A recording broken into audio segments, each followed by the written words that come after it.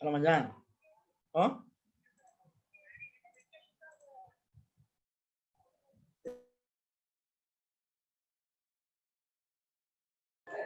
Tuan கேக்குதா?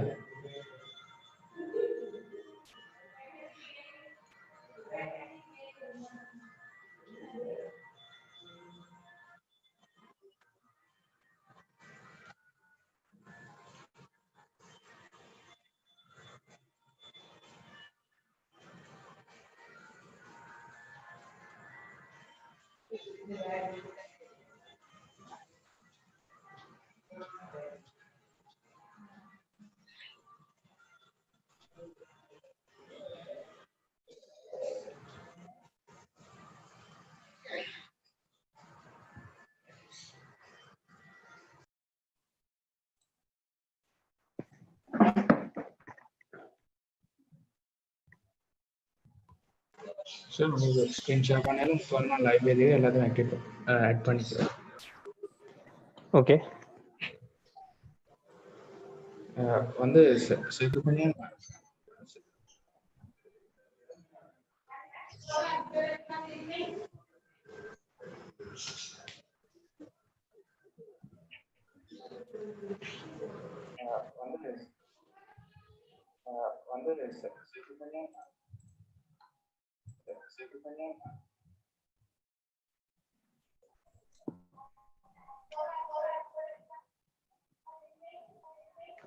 பிஸ்மில்லாஹிர்ரஹ்மானிர்ரஹீம். அஸ்ஸலாமு அலைக்கும் வரஹ்மத்துல்லாஹி வபரகாத்துஹு. வணக்கம் அன்பார்ந்த நெஞ்சங்களே. உங்களுக்கு தெரியும், பேராதனை முஸ்லிம் மஜ்லிஸினால் 2020ஆம் ஆண்டிற்கான ஒவ்வொரு நிகழ்ச்சி திட்டங்களை மேற்கொண்டு வருகின்றது. அந்த அடிப்படையில் 2020ற்கான ஒரு நிகழ்ச்சி திட்டமாக ஒரு ஆய்வை எவ்வாறு செய்வது என்பது தொடர்பான ஒரு விளக்கத்தை இன்று பேராதனை முஸ்லிம் மஜ்லிஸ் தருவதற்காக ஆவலாக இருக்கின்றது. அந்த அடிப்படையில் இங்கு வருகை தந்திருக்கும் அனைத்து பட்டதாரிகள், அதே போன்று ஏனைய கல்வித்துறைகளில் படித்துக் கொண்டிருக்கும் மாணவர்கள் அனைவரையும், ஆசான்கள் அனைவரையும் அன்புடன் வரவேற்பதில் பெருமகிழ்ச்சி அடைகின்றோம் பேராதனை முஸ்லிம் மஜ்லிஸ் என்ற சார்பில். இந்த நிகழ்ச்சியில் உண்மையிலே உங்களுடைய நண்பர்கள், அதே போன்று உறவினர்கள் இந்நிகழ்ச்சியில் நேரடியாக பங்கு பெற்ற முடியாவிடனும் எமது பேராதனை முஸ்லிம் மஜ்லிஸ் யூடியூப் சேனல் மூலமாக உங்களுக்கு இந்த நிகழ்ச்சியில் பங்கு பெற்றலாம். எனவே இந்த நிகழ்ச்சியை அடுத்த தொகுத்து வழங்குவதற்காக எமக்கு கிடைத்த மிக பொக்கிஷமாக விளங்கக்கூடிய தென்கிழக்கு பல்கலைக்கழகத்தின் சிரேஷ்ட விரிவுரையாளர் FHA சிப்லி ஆசிரியர் அவர்கள் இந்த நிகழ்ச்சியை தொடர்ந்து கொண்டு செல்வார். எனவே உங்களுடைய நிகழ்ச்சிகள் எவ்வாறு அமையும் என்றால் முன்னே குறிப்பிடுகின்றோம்.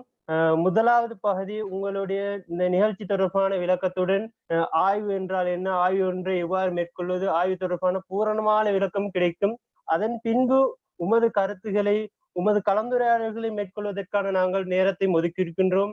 அத்துடன் மிக முக்கியமான ஒரு விடயம் என்னவென்றால் 7:30 மணி தேர்வு ஆகும்போது உமக்கான ஒரு ஃபீட்பேக் ஃபார்ம் எம் மூலமாக பகிர்ந்தளிக்கப்படும். அந்த ஃபீட்பேக் ஃபார்மை நீங்கள் பூரணப்படுத்தி அனுப்பியதன் பின்பே உங்களுக்கான சான்றிதழ்களை நீங்கள் பெற்றுக்கொள்ள வேண்டும் என்பதை மிக கவனத்தில் கொள்ள வேண்டிய ஒரு விடயமாகும்.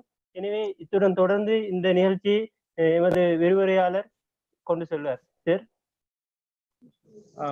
ஜஸாகல்லாஹு ஹைர். நன்றி. பேராதனை பல்கலைக்கழகத்தினுடைய முஸ்லிம் மஜ்லிஸினுடைய ஏற்பாட்டிலே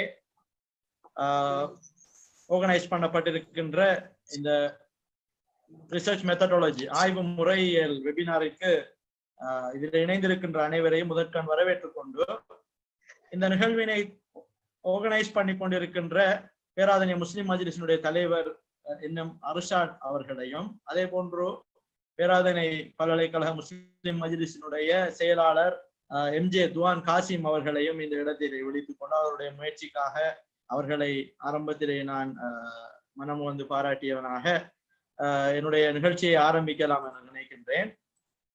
உண்மையில்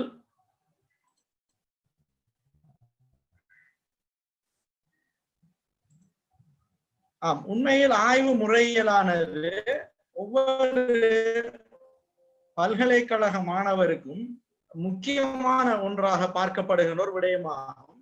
நான் நினைக்கின்றேன் என்னுடைய சத்தம் தெளிவாக கேட்கிறது என்று நினைக்கின்றேன்.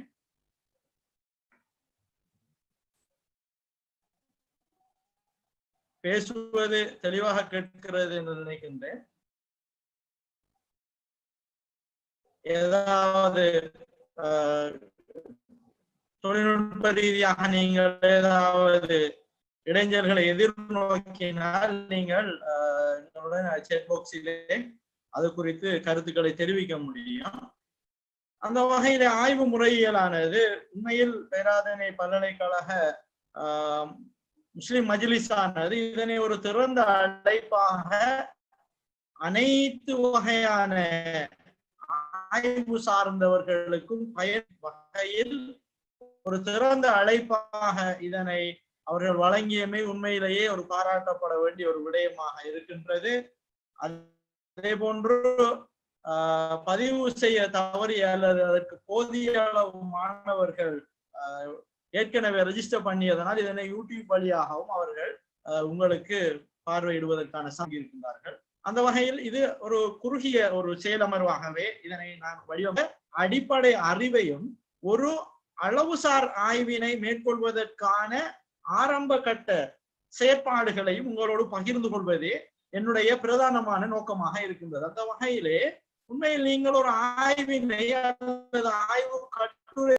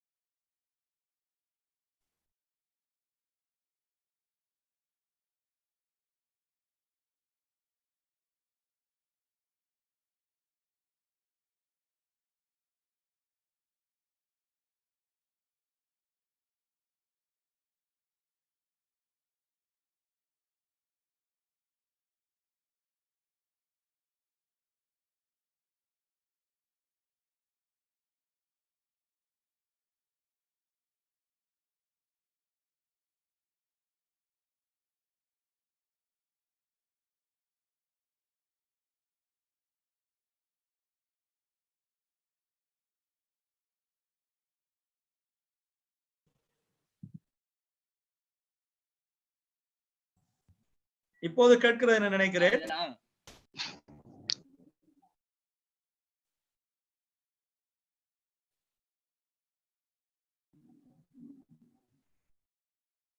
நன்றி.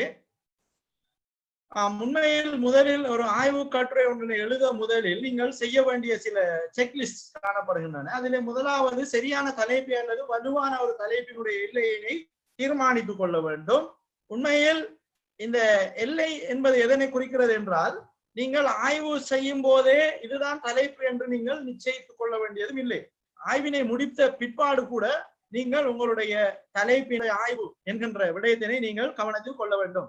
இரண்டாவது விடயம், ஆய்வு பிரச்சினையினை சரியாக இனங்காண்பது முக்கியமான ஒரு விடயமாக இருக்கிறது. உண்மையில் ஆய்வு என்பது ஆய்வு பிரச்சினையினை தீர்ப்பதற்கான ஒரு சிஸ்டமேட்டிக் அப்ரோச் என்று நாம் இலகுவாக சொல்லலாம். அதாவது ஒரு பிரச்சினையினை ஆய்வு ரீதியாக அணுகி அந்த பிரச்சனைக்கான தீர்வினை இனங்காண்பது அல்லது அந்த தீர்வினை நாம் வடிவமைப்பது என்பதனை ஆய்வினுடைய நாம் ஒரு முக்கியமான ஒன்றாக பார்க்கலாம். அடுத்தது ஆரம்ப கட்ட இலக்கிய மீளாய்வு, அதனை பிரிலிமினரி லிட்ரேச்சர் ரிவ்யூ என்று சொல்வார்கள். ஆரம்ப கட்ட இலக்கிய மீளாய்விலே நீங்கள் ஈடுபட வேண்டும். அதே போல பொருத்தமான ஒரு ஆய்வு முறையினை அல்லது பல ஆய்வு முறைகளை ஒன்றாக இணைத்து கூட நீங்கள் ஆய்வினை மேற்கொள்ளலாம். எனவே பொருத்தமான ஒரு ஆய்வு முறையினை அல்லது முறைமைகளை நீங்கள் திட்டமிட்டுக் கொள்ள வேண்டியது ஒரு முக்கியமான விடயமாக இருக்கின்றது. அதே போல கால எல்லையினை தீர்மானிக்க வேண்டியது மற்றும் ஒரு முக்கியமான விடயம். ஏனென்றால் ஒரு ஆய்வானது குறித்த காலத்துக்குள் செய்து முடிக்கக்கூடியது அவசியம். அதே போல சாத்தியப்பாட்டினை ஆராய்தல், அதாவது feasibility ஸ்டடிஸ் அல்லது feasibility அனாலிசிஸ் என்று சொல்வார்கள். ஆய்வினை நாம் இந்த தலைப்பிலே இந்த முறையினை பயன்படுத்தி இந்த கால எல்லைக்குள் நாம் ஆய்வினை செய்து முடிக்க முடியுமா என்கின்ற விடயத்தினை நீங்கள் அவதானத்தில் கொள்ள வேண்டும். ரிசர்ச் ப்ராசஸ் என்பது ஆய்வு முறையில் பல்வேறு புத்தகங்களில் பல்வேறு ஆய்வாளர்களால் பல்வேறு விதமாக குறிப்பிடப்பட்டிருக்கிறது. இதிலே நான் உங்களுக்கு குறிப்பிட வருகின்ற விடயம் என்னவென்றால்,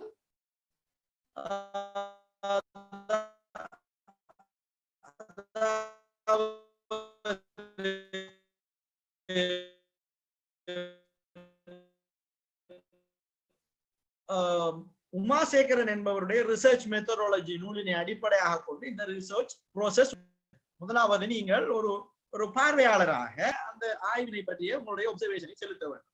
இரண்டாவது பிரிலிமினரி டேட்டா கெதரிங், இந்த ஆய்வினை மேற்கொள்வதற்கு நாம் ஏதாவது ஆரம்ப கட்ட தகவல்களை பெற வேண்டி இருக்கிறதா என்பதை பார்க்க வேண்டும். மூன்றாவது ப்ராப்ளம் டெபினிஷன், உண்மையில் ஆய்வு இந்த என்ன ஆய்வு பிரச்சனை இங்கே காணப்படுகிறது என்பதனை நீங்கள் தெளிவாக வரையறுத்துக் கொள்ள வேண்டியது கட்டாயமானது. நான்காவது எவ்வாறான ஆய்வுகள் அல்லது எவ்வாறான தியரிஸ்கள் காணப்படுகின்றன, அவற்றை நமது ஆய்வோடு எவ்வாறு கனெக்ட் பண்ணலாம், எவ்வாறு இணைக்கலாம் என்கிற விடயங்களை நாம் பார்க்க முடியும். நான் பேசுவது தெளிவாக இருக்கிறது நினைக்கின்றேன். சிலர் சவுண்ட் ப்ராப்ளம் என்று தெரிவித்திருக்கிறீர்கள். ஆனால் சவுண்ட் ப்ராப்ளமாக இருப்பவர்கள், நீங்கள் லேப்டாப் அல்லது பிசி பாதிப்பவர்களாக இருந்தால் உங்களுடைய இடது பக்க கோணரிலே பாருங்கள், அதிலே உங்களுடைய ஆடியோவினை ஜாயின் பண்ண சொல்லி ஒரு இணைப்பு இருக்கும். அல்லது நீங்கள் மொபைல் போன் பாவிக்கிறவர் என்றால் இடது பக்க மேல் மூலையிலே பாருங்கள், நீங்கள் உங்களுடைய ஆடியோவினை எனேபிள் பண்ணக்கூடிய 2 வசதிகள் காணப்படுகின்றன. நான் நினைக்கின்றேன் நான் பேசுவது தெளிவாக இருக்கிறது நினைக்கின்றேன். தெளிவாக இருக்கிறதா? Yes sir. Now okay sir. நன்றி நன்றி. அதே போல ஹைபோதிசிஸ், எவ்வாறு ஹைபோதிசிஸை ஜெனரேட் பண்ணுவது என்பது ஒரு உதாரணத்தின் மூலமாக உங்களுக்கு நான் விளக்கலாம் என்று நினைக்கின்றேன். தொடர்ச்சியாக சயின்டிபிக் ரிசர்ச் டிசைன் பண்ணப்பட்டு, அதே போல டேட்டாக்கள் கலெக்ட் பண்ணப்பட்டு, அதை அனலைஸ் பண்ணப்பட்டு, பின்னர் ஹைபோதிசிஸ்களுக்கான ஆய்வு முடிவுகளிலே நாம் எடுத்துக்கொண்டு இறுதியாக நாம் ரிப்போர்ட் பிரசன்டேஷன் அல்லது ரிப்போர்ட்டினை எழுத முடியும், அல்லது தொடர்ச்சியாக நீங்கள் நிகழ்நிலையிலேயே எழுதி கொண்டு வரவும் முடியும். இது ஒரு அடிப்படையான ஒரு ஆய்வு முறைகளுக்கான ஒரு ப்ரோசஸ் என்று நாம் குறிப்பிடலாம். பலரும் பலவிதமான ப்ரோசஸ்களை குறிப்பிட்டிருந்தாலும் எல்லா வகையான ப்ரோசஸ்களும் ஒரே வகையான முறைமையினையே பின்பற்றுகின்றன. ஒரு சில இடங்களிலே சில விடயங்கள் இல்லாமல் இருக்கலாம், சில விடயங்கள் சேர்ந்து இருக்கலாம். ஆனால் பிரதானமான விடயங்கள் இவை என்பதனை நீங்கள் மனதில் கொள்ள வேண்டும். உங்களுக்காக நான் ஒரு உதாரணத்தினை எடுத்திருக்கின்றேன், அதனை நான் பின்னர் குறிப்பிடுகின்றேன். உண்மையில் ஒரு ஆய்வு தலைப்பு ஒன்றை எவ்வாறு செலக்ட் செய்வது, இது இறுதி ஆண்டு மாணவர்கள், ஸ்பெஷல் செய்கின்ற மாணவர்களுக்கு இருக்கக்கூடிய ஒரு முக்கியமான வினா.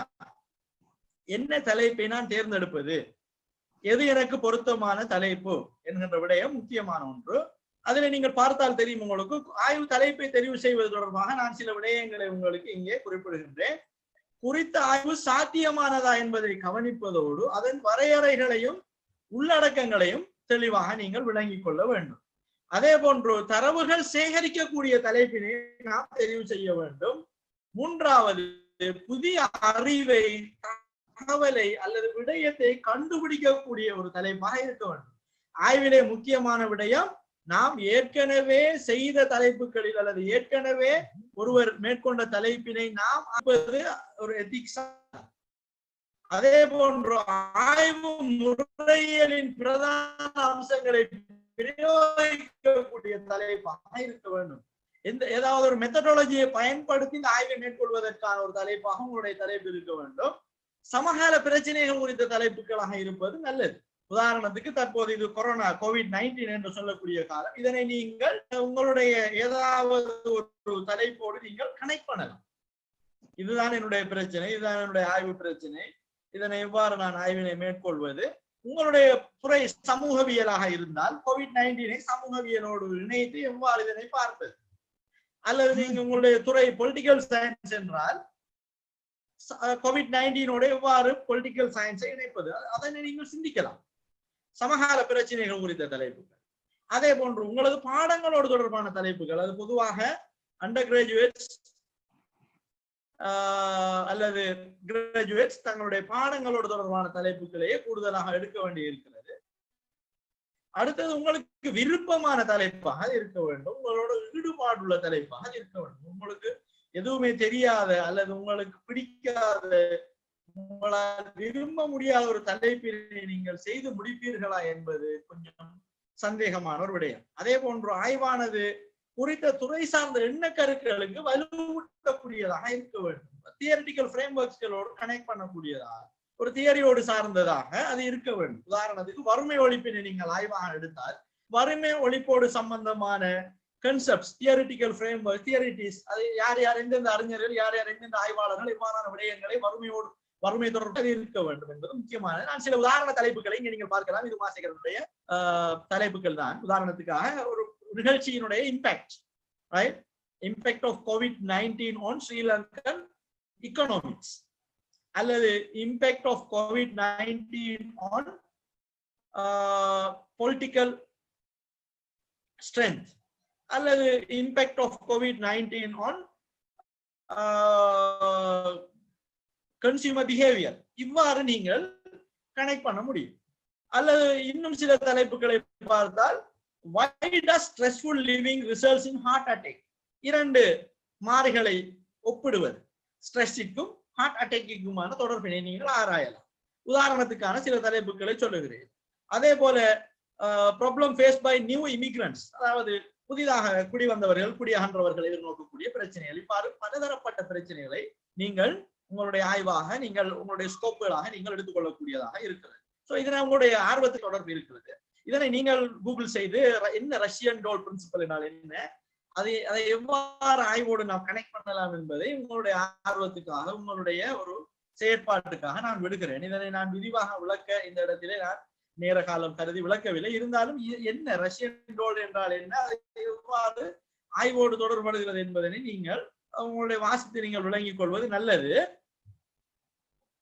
ஆய்வு வடிவமைப்பை பொறுத்தவரையிலே ஆய்வு எந்த உள்ளடக்கத்தை இறுகப்பற்றுகிறது என்பதை கொண்டு உங்களுடைய ஆய்வை நீங்கள் வடிவமைக்க வேண்டும். அதே போன்று ஆய்வினுடைய இலக்குகள் மிக முக்கியமான ஒப்ஜெக்டிவ்ஸ் என்று சொல்வார்கள். ஒப்ஜெக்டிவ்ஸ்களை அடைவதுதான் ஆய்வுடைய இறுதியில் நாம் கொடுக்க போவது. இந்த நோக்கங்களை நாங்கள் இந்த ஆய்வில் அடைந்திருக்கிறோம். ஆய்வு ஏன் மேற்கொள்ளப்படுகிறது என்று ஆய்வாளருக்கு தெரிந்திருக்க வேண்டும். எங்கு இந்த ஆய்வு மேற்கொள்ளப்பட வேண்டும் என்பதும் ஆய்வாளருக்கு தெரிந்திருக்க வேண்டும். முழு இலங்கையையும் அல்லது ஒரு பிரதேசம் ஆய்வுக்காக நாம் தெரிவு செய்ய வேண்டும், எந்த இடம் எங்கு என்பதனை நாம் விளங்கிக் கொள்ள வேண்டும். அல்லது அதே போன்ற எந்த ஆய்வு முறை அமைக்க வேண்டும், பொருத்தமான தகவல்களையும் தரவுகளையும் எங்கு நாம் பெற்றுக்கொள்ளலாம் என்பதனையும் நாம் நம்முடைய ஆய்வு வடிவமைப்பில் இணைக்க வேண்டும். அதே போல இன்னும் சில விடயங்கள் இருக்கின்றன. கால அளவு என்ன, செலவுகள் எவ்வாறு, எத்தகைய உபாயங்களை கையாண்டு நாம் தகவல்களை திரட்ட முடியும், தகவல்களை எவ்வாறு பகுப்பாய்வு செய்ய முடியும், டேட்டா அனாலிசிஸ் என்று சொல்வார்கள். அதே போல ஆய்வறிக்கையை நாம் எவ்வாறு தயாரிக்கலாம், ஃபைனல் டாக்குமெண்டேஷனை எவ்வாறு நாம் செய்வது, இந்த விடயங்களை நீங்கள் உங்களுக்குள் கேட்டுக்கொண்டவாறு உங்களுடைய ஆய்வினை ஆரம்பிக்க வேண்டியது முக்கியமான. இதிலே 11 ஏதாவது 6 விடயங்களுக்கு உங்களிடம் விடை இல்லை என்றால் அந்த ஆய்வு தலைப்பிலே அந்த ஆய்வினை நீங்கள் மேற்கொள்வது தொடர்பாக நீங்கள் கொஞ்சம் சிந்திக்க வேண்டி இருக்கிறது. அதே போல ஆய்வினுடைய அடிப்படை நெறிகளை நான் சில விடயங்களை இங்கே குறிப்பிடுகின்றேன். ஆய்வுக்கு எடுத்துக்கொள்ளப்பட்ட பொருள் அல்லது பிரச்சனை பற்றிய தெளிவு, ஆய்வு பிரச்சனை என்ன என்பதனை நீங்கள் தெளிவாக வரையறுத்துக் கொள்ளுங்கள். அதே போல ஆய்வாளருக்கு ஆய்வு பொருள் பற்றிய அறிவு, முன்னனுபவம் முக்கியமான. நமக்கு தெரியாத ஒரு தலைப்பிலே நாம் ஆய்வில இறங்கினால் நாம் நிறைய ஸ்ட்ரகிள் பண்ண. இப்போ உதாரணத்துக்கு நீங்க ஒரு பொலிட்டிக்கல் சயின்ஸ் மாணவர், நீங்கள் என்ன செய்ய போறீங்கன்னா மெடிக்கல் சம்பந்தமான ஒரு ஆய்வினை மேற்கொள்ள போகிறீர்கள் என்றால் உங்களுக்கு அதனுடைய அறிவு, முன் அனுபவம் இவை முக்கியமான. உங்களால் அதனை அது பற்றிய போதிய அறிவு இல்லை என்றால் அல்லது மதிப்பீடு இல்லை என்றால் நீங்கள் நிறைய சிரமப்பட வேண்டிய ஒரு இக்கட்டான நிலை வரும். அதே போன்று நன்கு தெரிந்த விடயங்கள், தெரியாத விடயங்கள், ஓரளவு தெரிந்தவை, ஊகித்து அறிந்தவை, இதை பற்றி தெரிஞ்சிருக்கணும். எது நமக்கு தெரியும், இதுல எது தெரியாது, எது ஓரளவு தெரியும், எதை நாம ஊகிச்சிருக்கோம் அப்படிங்கிறது தெரிஞ்சால் உங்களுக்கு தெளிவான ஒரு விட கிடைக்கும். அடுத்தது ஆய்வுக்கு எடுத்துக்கொள்ளப்பட்ட பொருள் பற்றி இதுவரை செய்யப்பட்ட ஆய்வு எல்லாவற்றின் முடிவுகளை நீங்க தொகுக்கணும். இது முக்கியமான விஷயம். இதை லிட்ரேச்சர் ரிவ்யூன்னு நாம சொல்லலாம். இதுக்கு முதல் செய்யப்பட்ட ஆய்வுகளை அதனுடைய ஐடியாக்களை பற்றி உங்களுக்கு தெரிஞ்சிருக்கணும். அதே போல இன்னும் சில விடயங்கள் இருக்கின்றன. போதுமான அளவுக்கு தகவல்களை திரட்டணும். எத்தனை பேரை நாம சந்திக்கிறோம், எத்தனை கொஸ்டின் யார் கொடுக்குறேன், எவ்வளவு டேட்டா நமக்கு தேவைப்படுங்கிறத நாம அதை கொஞ்சம் ஆரம்பத்திலேயே பார்த்துக்கொள்ளணும். பொருத்தமான முறையியலை பயன்படுத்தணும். நான் முறையியலை பற்றி உங்களுக்கு சொல்லித்தரேன். அதே போல ஆய்வின் வழியாக மெய்மைக்கு ஒளிப்பாய்ச்சு ஏற்கனவே ஒரு கண்டுபிடிப்பு ஒன்று இருக்குது. அதுக்கு மேல நீங்க இன்னும் கொஞ்சம் ஃபிளேவர் சேர்க்கலாம் உங்களோட ஆய்வு முடிவுகளை கொண்டு. நீங்க எதிர்பாராத ஆய்வு முடிவு கிடைச்சாலும் நீங்க அதை ஏற்றுக்கொள்ளணும். அது ஆய்வாளருக்கான முக்கியமான பண்பு. நீங்க நீங்க எதிர்பாராத அல்லது உங்களுக்கு ஒவ்வாத ஒரு ஆய்வு முடிவு கிடைத்தால் கூட அதை நீங்கள் ஏற்றுக்கொள்ள வேண்டும். இப்ப நான் இன்றைக்கு உங்களுக்கு ஒரு உதாரண தலைப்பினை கொண்டு இந்த ஆய்வு முறைகளை பத்தி நான் உங்களுக்கு சொல்லித் தரலாம் என்று விரும்புகிறேன். நான் எடுத்துக்கொண்ட தலைப்பு என்னவென்றால் அதிகரித்து வரும் தற்கொலைகளுக்கான காரணங்களும் தீர்வுகளும் ஹப்புத்தளை பிரதேச செயலகத்தை மையப்படுத்தி ஆய்வு. உதாரணத்துக்காகத்தான் ஹப்புத்தள பிரதேசத்தை நாங்கள் மேற்கொண்டிருக்கோம். நீங்க ஹப்புத்தள பிரதேச செயலகத்தை மையப்படுத்தி ஆய்வு எடுக்கலாம், ஹப்புத்தள பிரதேச சபையை மையப்படுத்தி ஆய்வு எடுக்கலாம், அல்லது மத்திய ஊவா மாகாணத்தை மையப்படுத்தி ஆய்வு எடுக்கலாம். உங்களோட ஆய்வினுடைய டேட்டா கலெக்ஷன், உங்களுடைய தன்மையினுடைய ஆய்வினுடைய வடிவமைப்பு, நேரம், நிலவு, இதெல்லாவற்றையும் வைத்து நீங்க ஆய்வினுடைய பிரதேசத்தை நீங்க டிசைட் பண்ணலாம். உதாரணத்துக்காக நான் எடுத்திருக்கிற தலைப்பு அதிகரித்து வரும் தற்கொலைகளுக்கான காரணங்களும் தீர்வுகளும் ஹப்புத்தளை பிரதேச செயலகத்தை மையப்படுத்தி இதனை கொண்டு நாம சில உதாரணங்களை பின்னர் பார்ப்போம். இந்த தலைப்பை நீங்க எல்லாரும் ஞாபகம் வச்சுக்கொள்ளும். அதான் முக்கியமான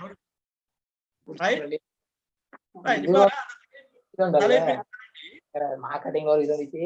இந்த ரிசர்ச்சை பத்தி இது உண்டு. இது ரிசர்ச்சை பத்தி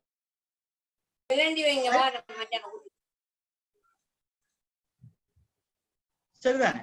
right. So types of research, ஆய்வினுடைய வகைகளை நான் பல வகைகளை பல ஆய்வாளர்களும் வித்தியாசமாக சொன்னாலும் அந்த வகைகளை நாம் ஒரு கட்டமைப்புக்குள்ள கொண்டு வரலாம். பிரதானமாக 3 வகைகளை இங்கே குறிப்பிடலாம். Application, objectives, inquiry mode. அது ஆய்வானது பிரயோகிக்கப்படுகின்ற விதத்தினை கொண்டு 2 வகையாக பிரிக்கப்படுகிறது. அதனுடைய நோக்கங்களை அடிப்படையாக கொண்டு 4 வகையாக பிரிக்கப்படுகிறது.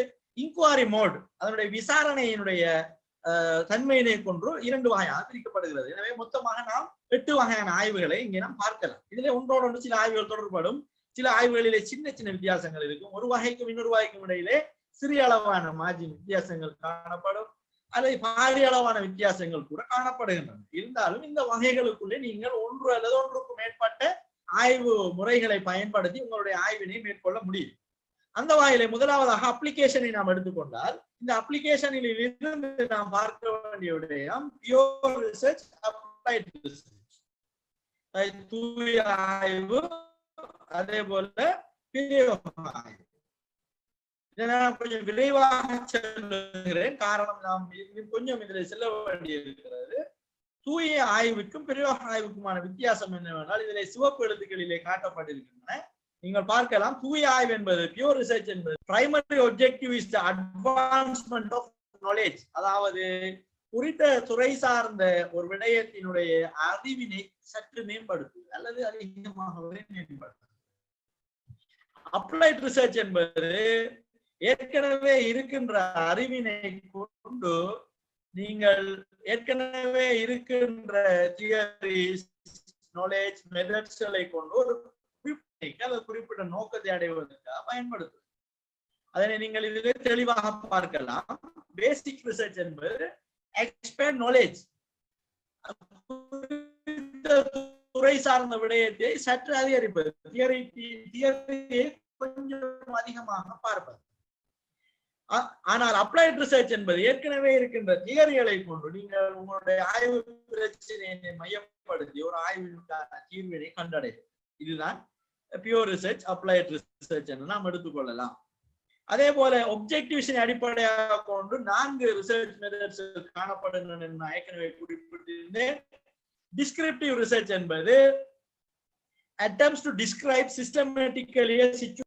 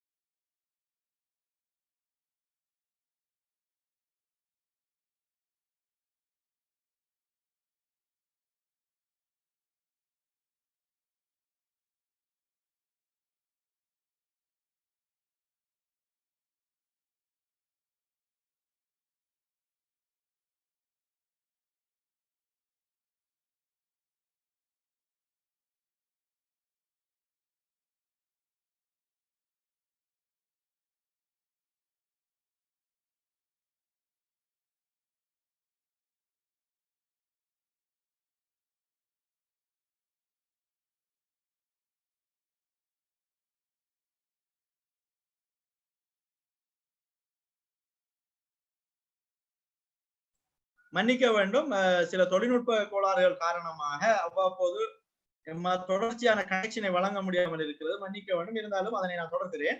எனவே ஒப்பீட்டாய்வு என்பது நான் ஏற்கனவே இங்கே குறிப்பிட்டது போன்று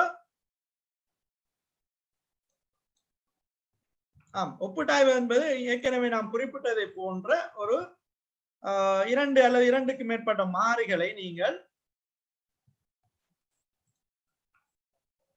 ஒப்பீட்டு செய்து அவற்றிலிருந்து நீங்கள் தீர்மானங்களுக்கு வருவது அல்லது உங்களுடைய ஆய்வு முடிவினை நீங்கள் பெற்றுக்கொள்வதனை இது குறிக்கிறது.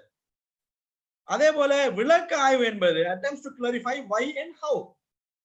அதாவது ஒரு பிரச்சனை எதனால் ஏற்படுகிறது, இதை எவ்வாறு ஏற்படுகிறது என்பதனை ஆராய்வதற்கான அதற்கான ரிலேஷன்ஷிப்பினை ஒரு பிரச்சனை COVID-19 நாம் தொடர்படுத்தி கூட எக்ஸ்பிளனேட்டரி ரிசர்ச்சினை விளக்க ஆய்வினை நாம் மேற்கொள்ள முடியும். அதே போல எக்ஸ்ப்ளோரேட்டரி ரிசர்ச் என்பது கண்டறியும் ஆய்வு, அதாவது ஒரு பிரச்சனையினை நாம் புதிதாக கண்டடைவது. உதாரணத்துக்கு உங்களுக்கு எல்லாம் தெரியும், பெர்முடா ட்ரையாங்கிள் ஒரு பிரபலமான ஒரு இடம். பெர்முடா ட்ரையாங்கிள் என்பது ஒரு பிரபலமான இடம். ஏன் பெர்முடா ட்ரையாங்கிளின் மேலே விமானங்கள் பறக்கின்ற போது ஏன் அது இழுத்துக் கொள்கிறது என்பதற்கு இன்னும் சரியான ஒரு ஆய்வு முடிவு இல்லை. அதனை ஆய்வு செய்ய முற்படுவது கண்டறியும் ஆய்வு. அல்லது ஏதாவது COVID-19 அதனை தீர்ப்பதற்கு என்ன வகையான மருத்துவங்களை பயன்படுத்தலாம் என்பது கண்டறியும் ஆய்வு. நீங்கள் தான் புதிதாக என்ன செய்ய போகிறீர்கள் என்றால் ஒரு விடயத்தை கண்டுபிடிக்க போகிறீர்கள். அவ்வாறான ஆய்வினை எக்ஸ்ப்ளோரேட்டரி ரிசர்ச் என்று குறிப்பிடலாம். எனவே இது டைப்ஸ் ஆஃப் ரிசர்ச்சிலே ஒப்ஜெக்டிவ்ஸிலே அடங்கக்கூடிய ஒரு விடயம். அதாவது அப்ளிகேஷன், ஒப்ஜெக்டிவ்ஸ் என்று 2 வகைகள் காணப்படுகின்றன. மூன்றாவது இன்குவாரி மெத்தடை பார்த்தால் அதிலே ஒரு பார்ட்டிசிபென்ட் கேட்டிருக்கிறார், இந்த அடிப்படையில நீங்க ஸ்லைட்ஸினை பெற்றுக்கொள்ள முடியுமா? அது தொடர்பாக இறுதியிலே நாம் நம்முடைய கலந்துரையாடலிலே பேசிக்கொள்ள முடியும். எனவே அவ்வாறான வினாக்களை நாம் சற்று நிறுத்திக் கொள்வோம். இது தொடர்பாக நீங்கள் பார்க்கலாம். இன்குவாரி மோட் அதுதான் அதிகமானவர்கள் மேற்கொள்கின்ற ஆய்வாக காணப்படுகிறது. Quantitative research, qualitative research. நீங்கள் கூட இந்த பதங்களை நீங்கள் கேள்விப்பட்டிருப்பீர்கள், அறிந்திருப்பீர்கள். அவ்வாறான ஆய்வுகள். அளவுசார் ஆய்வு என்பது நீங்கள் பார்க்கலாம், அளவை நிலை அளவுசார் ஆய்வானது ஒரு பிரச்சனையை, ஒரு சூழலை அல்லது ஒரு தோற்றப்பாடை அளவு செய்யும் நோக்கில் மேற்கொள்ளப்படும் ஆய்வு. சேகரிக்கப்படும் தரவுகள் அளவிடப்பட்டு ஆய்வு முடிவுகள் பெறப்படும். இத்தனை % ஆனவர்கள் பாதிக்கப்பட்டிருக்கிறார்கள், அல்லது இத்தனை % ஆனவர்கள் வெற்றி அடைந்திருக்கிறார்கள், அல்லது இத்தனை % ஆன நோயாளிகள் பாதிக்கப்பட்டிருக்கிறார். இவ்வாறு பெர்சன்டேஜை கொண்டோ அல்லது கோரிலேஷன்ஸ்களை கொண்டோ அல்லது பி வேல்யூவினை கொண்டோ, அதாவது அளவு சார்ந்த விடயங்களை கொண்டு நாம் ஆய்வு முடிவுகளை மேற்கொள்கின்ற ஆய்வுகள் அளவை நிலை அளவுசார் ஆய்வு என்றும், பண்பு ரீதியான ஆய்வுகள் என்பது குவாலிட்டேட்டிவ் ரிசர்ச் என்று சொல்வார்கள். ஒரு பிரச்சனையை அல்லது ஒரு சூழலை அல்லது ஒரு தோற்றப்பாடை விவரிப்பதன் மூலம் தீர்வு காண முற்படும் ஆய்வு. விவரிப்பது. சேகரிக்கப்படும் தரவுகள் பண்புசார் முறைகளில் அது அளவிடப்படும். என்னென்ன பிரச்சனைகள் காணப்படுகின்றன, அளவை நிலை ஆய்விலே இத்தனை வீதமான பிரச்சனைகள் காணப்படுகின்றன, இத்தனை வீதமானவர்கள் பாதிக்கப்பட்டிருக்கிறார்கள் என்று நாம் ஆய்வு முடிவினை வழங்குவது. அவ்வாறான வகையிலே ஆய்வை வடிவமைப்பது அளவை நிலை ஆய்வு. பண்பு ரீதியான ஆய்விலே இவ்வாறான பிரச்சனைகள் காணப்படுகின்றன என்று குறிப்பிடுவது. அளவு இருக்காது, ஆனால் பண்பு சார்ந்த காரணிகள் அதிலே காணப்படும். இன்ன பிரச்சனைகள் காணப்படுகின்றன, அதிகமானவர்கள் இவ்வாறான கருத்துக்களை தெரிவிக்கிறார்கள். இவ்வாறான ஆய்வு முடிவுகளை நாம் பெறுவதற்கான மேற்கொள்ளக்கூடிய ஆய்வுகளை குவாலிட்டேட்டிவ் ரிசர்ச், பண்பு ரீதியான ஆய்வு குறிப்பிடுவார்கள். மிக்ஸ்ட் மெத்தடை கூட நீங்கள் பயன்படுத்தலாம். குவான்டிடேட்டிவ் அண்ட் குவாலிட்டேட்டிவ் ரிசர்ச்களை கூட நீங்கள் மேற்கொள்ள முடியும். குறிப்பிட்ட விடயங்களை குவாலிட்டேட்டிவாகவும், குறிப்பிட்ட விடயங்களை கண்டுபிடிப்பதற்கு குவான்டிடேட்டிவ் மெத்தட்ஸை கூட நீங்கள் பயன்படுத்த முடியும். எனவே நம்முடைய உதாரண தலைப்புக்கு நான் வருகிறேன். நான் வழங்கிய தலைப்பு உங்களுக்கு எல்லாம் ஞாபகம் இருக்கும் நினைக்கின்றேன். அதிகரித்து வரும் தற்கொலைகள் ஹப்புத்தலை பிரதேசத்தில் எவ்வாறு என்னென்ன காரணிகள் காணப்படுகின்றன, எவ்வாறான தீர்வுகளை முன்வைக்கலாம். இதற்கு இந்த ஆய்வினை மேற்கொள்வதற்கு நீங்கள் முதலில் செய்ய வேண்டியது, நான் ஏற்கனவே குறிப்பிட்டது போல, இலக்கிய மீளாய்வு. அதாவது குறிப்பிட்ட ஆய்வு தொடர்பாக இதற்கு முன்னர் மேற்கொள்ளப்பட்ட ஆய்வுகளை நீங்கள் வாசிக்க வேண்டும். இதற்கு முன்னர் நீங்க மேற்கொள்ளப்பட்ட ஆய்வுகளினுடைய ஆய்வு முடிவுகளை வாசிக்க வேண்டும். அவ்வாறான ஆய்வுகளில் இருந்து உங்களுடைய ரிசர்ச் கேப்பை நீங்க கண்டுபிடிக்கலாம். சிலர் சில விடயங்களை கண்டுபிடித்திருப்பார்கள், சிலர் இன்னும் சில விடயங்களை கண்டுபிடித்திருப்பார்கள். இவர்கள் கண்டுபிடிக்காது போன விடயங்கள் தான் ரிசர்ச் கேப் என்று சொல்லப்படும். அதிலிருந்து நீங்கள் உங்களுக்கான ஆய்வினை மேற்கொள்ள முடியும். இதனை தெரிந்து கொள்வதற்கு இலக்கிய மீளாய்வு கட்டாயமானது. எனவே ஒரு ஆய்வாளர் என்பவர் அதிகம் வாசிக்க வேண்டும். இப்போது வாசிப்பதற்கு ஏராளமான வசதி வாய்ப்புகள் காணப்படுகின்றன. எனவே வாசிப்பதிலே பஞ்சம் இல்லை. இணையதளத்தினை எடுத்து கூகுளிலே நீங்கள் சர்ச் பண்ணினால் எல்லா வகையான விடயங்களையும் நீங்கள் வாசிக்க முடியும். அவ்வாறான ஒரு அமைப்பிலே நாம் பயன்பட்டுக் கொண்டிருக்கின்றோம். எனவே அந்த விடயத்தை கொண்டு நீங்கள் பயன்படுத்தலாம். எனவே இலக்கிய மீளாய்வு என்பது முக்கியமான ஒன்று. இதில் இருந்துதான் நீங்கள் உங்களுடைய ஆய்வினை கட்டமைப்பதற்கான பல விடயங்களை பெற்றுக்கொள்வீர்கள். நம்முடைய உதாரணத்தின்படி மேற்கொள்ளப்பட்ட இலக்கிய மீளாய்வின்படி தற்கொலை இடம்பெறுவதற்கான காரணங்கள், நம்முடைய தலைப்பை நன்றாக பாருங்கள், அதிகரித்து வரும் தற்கொலைகளுக்கான காரணங்களும் தீர்வுகளும். காரணங்களை முதல் நாம கண்டுபிடிக்கப்படும். இந்த காரணங்களை எப்படி நாம கண்டுபிடிக்கலாம்? அதற்குதான் இலக்கிய மீளாய்வுல இருந்து ஏற்கனவே ஒருவர் தற்கொலை செய்வதற்கான காரணிகள் என்னென்ன அப்படிங்கறத நாம கண்டுபிடிக்கும். அதுக்கு இலக்கிய மீளாய்வு நமக்கு தேவை. நாம இயல்பாக யோசிச்சு எழுதினால் அது ஆய்வில்லை. ஒரு தற்கொலைக்கு என்னென்ன காரணிகள் செல்வாக்கு செலுத்துகின்றன அப்படி என்று நாம நினைச்சுக்கிட்டு எழுதினால் அது ஆய்வில்லை. நாம இலக்கிய மீளாய்வு செஞ்சு ப்ரூவ் பண்ணணும். இது சிஸ்டமேட்டிக் மெத்தட். சோ இந்த இவர் சொல்லியிருக்காரு இது தற்கொலைக்கு காரணம், இந்த ஆய்வுல இவர் சொல்லியிருக்காரு என்னென்ன காரணிகள் தற்கொலையை தூண்டுகின்றன, இந்த தியரியில சொல்லப்படுது என்னென்ன விடயங்கள் தற்கொலைக்கான காரணிகள். இவ்வாறு பலதரப்பட்ட விடயங்களை நாம் எடுத்துக்கொள்ள முடியும். எனவே அவ்வாறு இலக்கிய மீளாய்வில் இருந்து பெறப்பட்ட சில காரணிகளை நாம் இங்கே பார்க்கலாம். தற்கொலை இடம்பெறுவதற்கான காரணங்களாக இலக்கிய மீளாய்வில் இருந்து பெற்றுக்கொள்ளப்பட்ட சில விடயங்களை நீங்க எதில் பார்க்கலாம். என்னென்ன காரணிகள் இருக்குது? ஒரு தரம் வாசிங்க. நீங்க வாசிக்கலாம்.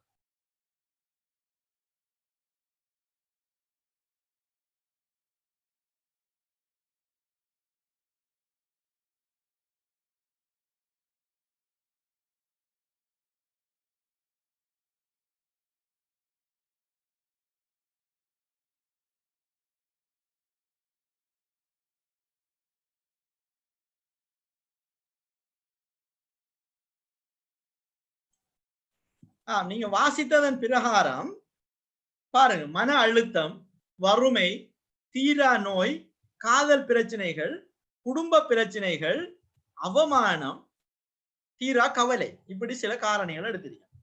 இப்படி சில காரணிகளை நாம் எடுத்திருக்கோம்னு சொன்னால் இது எல்லாத்தையும் நாம் ஆய்வுக்கு உட்படுத்தணும்னு அவசியம் இல்லை. ஹப்புத்தளை பிரதேசத்தை மையப்படுத்திய போது நாம என்னென்ன விடயங்களை இதுல அப்ளை பண்ணி பார்க்கலாம்ங்கிறது ஒரு ஆய்வாளர் ஏற்கனவே ஆய்வு வடிவமைப்புல நீங்க தீர்மானிச்சு கொள்ளணும். இது எல்லாத்தையும் எடுக்கணும்னு அவசியம் இல்லை. 7 காரணிகள் இருக்குது. இது சில நேரங்களில் வெளிநாட்டு அறிஞர்கள் வெளிநாட்டு கண்டெக்ஸ்ட்ல சில விடயங்களை பார்த்திருப்பாங்க. அது இலங்கைக்கோ அல்லது நம்முடைய பகுதிக்கோ பொருந்தாமல் ஒவ்வாமையாக காணப்படலாம். அதை விட்டுட்டு நாம அதை ப்ரூவ் பண்ணணும். அதை நாம நம்ம இலக்கியங்கள் ஆய்வுல சொல்லணும். ஆகவே ஹப்புத்தள பிரதேசத்துல என்னென்ன காரணிகளை நாம் ஆய்வுக்கு உட்படுத்தலாம் அப்படிங்கறத நீங்க ஒரு இறுதி பேராகிராஃப்ல சேர்க்கலாம் லிட்ரேச்சர் ரிவ்யூல. ஆனா ஏற்கனவே இதுல சொல்லப்பட்டது என்ன காரணி, என்னென்ன ஆய்வுகள் என்னென்ன காரணிகள் சொல்லப்பட்டிருக்குது, என்னென்ன ஆய்வுகள் என்னென்ன காரணிகள் இந்த அறிஞர் இந்த காரணியை சொல்லியிருக்கார் அப்படின்னு எல்லாம் சொல்லிட்டு ஹப்புத்தள பிரதேசத்தில நாம இந்த ஆய்வை மேற்கொள்வதற்கு என்னென்ன காரணிகளை பயன்படுத்துவது போதுமானது. காரணம் ஹப்புத்தள பிரதேசத்துல என்னென்ன விடயங்கள் இல்லை அல்லது அது கால நேர அவகாசங்களுக்கு அது நமக்கு தேவையில்லை அப்படின்னு சொல்லி நீங்க உங்களோட ரிசர்ச்சருக்கு அதுக்கான ஒரு உரிமை இருக்குதா, நீங்க செய்யற ஆய்வு தானே. அதால நீங்க உங்களுக்கு ஒரு செல்ஃப் கண்டெக்ஸ்ட் நீங்க உருவாக்கி கொள்ளலாம், பிரச்சனை இல்லை. ஆகவே எடுகோள்களாக ஹைபோதிசிஸ்களாக நான் 7 காரணிகள்ல இருந்து 5 காரணிகளை தெரிவு செஞ்சிருக்கேன். இதுதான் ஹைபோதிசிஸ் சொல்றேன். எடுகோள் நாம நினைக்கிறது, நாம கற்பனை பண்றது. இது இறுதியில ப்ரூஃப் பண்ணப்படலாம், ப்ரூஃப் பண்ணப்படாம போகலாம். எனவே பாருங்க, என்னுடைய 5 ஹைபோதிசிஸையும் பாருங்க. ஹப்புத்தளை பிரதேச செயலகத்தில் அதிக தற்கொலை நிகழ மன அழுத்தமே காரணம். ஹப்புத்தளை பிரதேச செயலகத்தில் அதிக தற்கொலை நிகழ வறுமையே காரணம். ஹப்புத்தளை பிரதேச செயலகத்தில் அதிக தற்கொலை நிகழ தீரா நோயே காரணம். அதே போல காதல் பிரச்சனைகளை காரணம், குடும்ப பிரச்சனைகளை காரணம் என்று 5 விடயங்கள் எடுத்து இதை நாம இந்த 5 காரணிகளையும் தான் நாம ஹப்புத்தள பிரதேசத்துக்கு அப்ளை பண்ண போறோம். அதான் முக்கியமான விஷயம். நம்மளோட கொஸ்டினேர்ல இருந்து 5 காரணிகளை நாம என்ன செய்ய போறோம், கட்டாயம் செய்ய போறோம். சேர்த்து அதுல இருந்து நாம மேற்கொள்ளலாம். எனவே நம்மளோட ஆய்வு கட்டமைப்பு தியரிட்டிக்கல் ஃப்ரேம்வொர்க் இதுதான். மன அழுத்தம், வறுமை, ஈரா நோய், காதல் பிரச்சனைகள், குடும்ப பிரச்சனைகள், இது ஒரு புறம். அடுத்தது ஹப்புத்தளை பிரதேச செயலகத்தில் இடம்பெறும் தற்கொலை. சரிதானே? சோ இது எப்படி இந்த கட்டமைப்பு வந்திருக்கணும் உங்களுக்கு இப்ப ஈஸியா விளங்குது. இலக்கிய மீளாய்வில் இருந்து நமக்கு தேவையான மாறிகளை நாம் பெற்றுக்கொண்டு நமக்கு தேவையான மாறிகளை நம்முடைய ஆய்வு பிரதேசத்தில் ஆய்வு பரப்பிலே நாம் அப்ளை பண்ணக்கூடிய காரணிகளை நாம் பிரித்தெடுத்து அதனை கொண்டு நாம் ஆய்வினை கட்டமைப்பு செய்திருக்கின்றோம். எனவே இலக்கிய மீளாய்வு என்பது இதுக்கு தான் பயன்படுது. இதுதான் நமக்கு முக்கியமான விஷயம். ரைட்? இதுல நீங்க பார்க்கலாம். Right? Dependent variable, independent variable என்று இரண்டா நாம அதை பிரிக்கலாம். அது பின்னர் நாம பத்தி பேசலாம். டிபெண்டன்ட் வேரியபிள், அதாவது இது டிபெண்டன்ட் வேரியபிள், இதெல்லாம் இண்டிபெண்டன்ட் வேரியபிள். இது இந்த 5 காரணிகளிலும் தங்கி இருக்கிறது.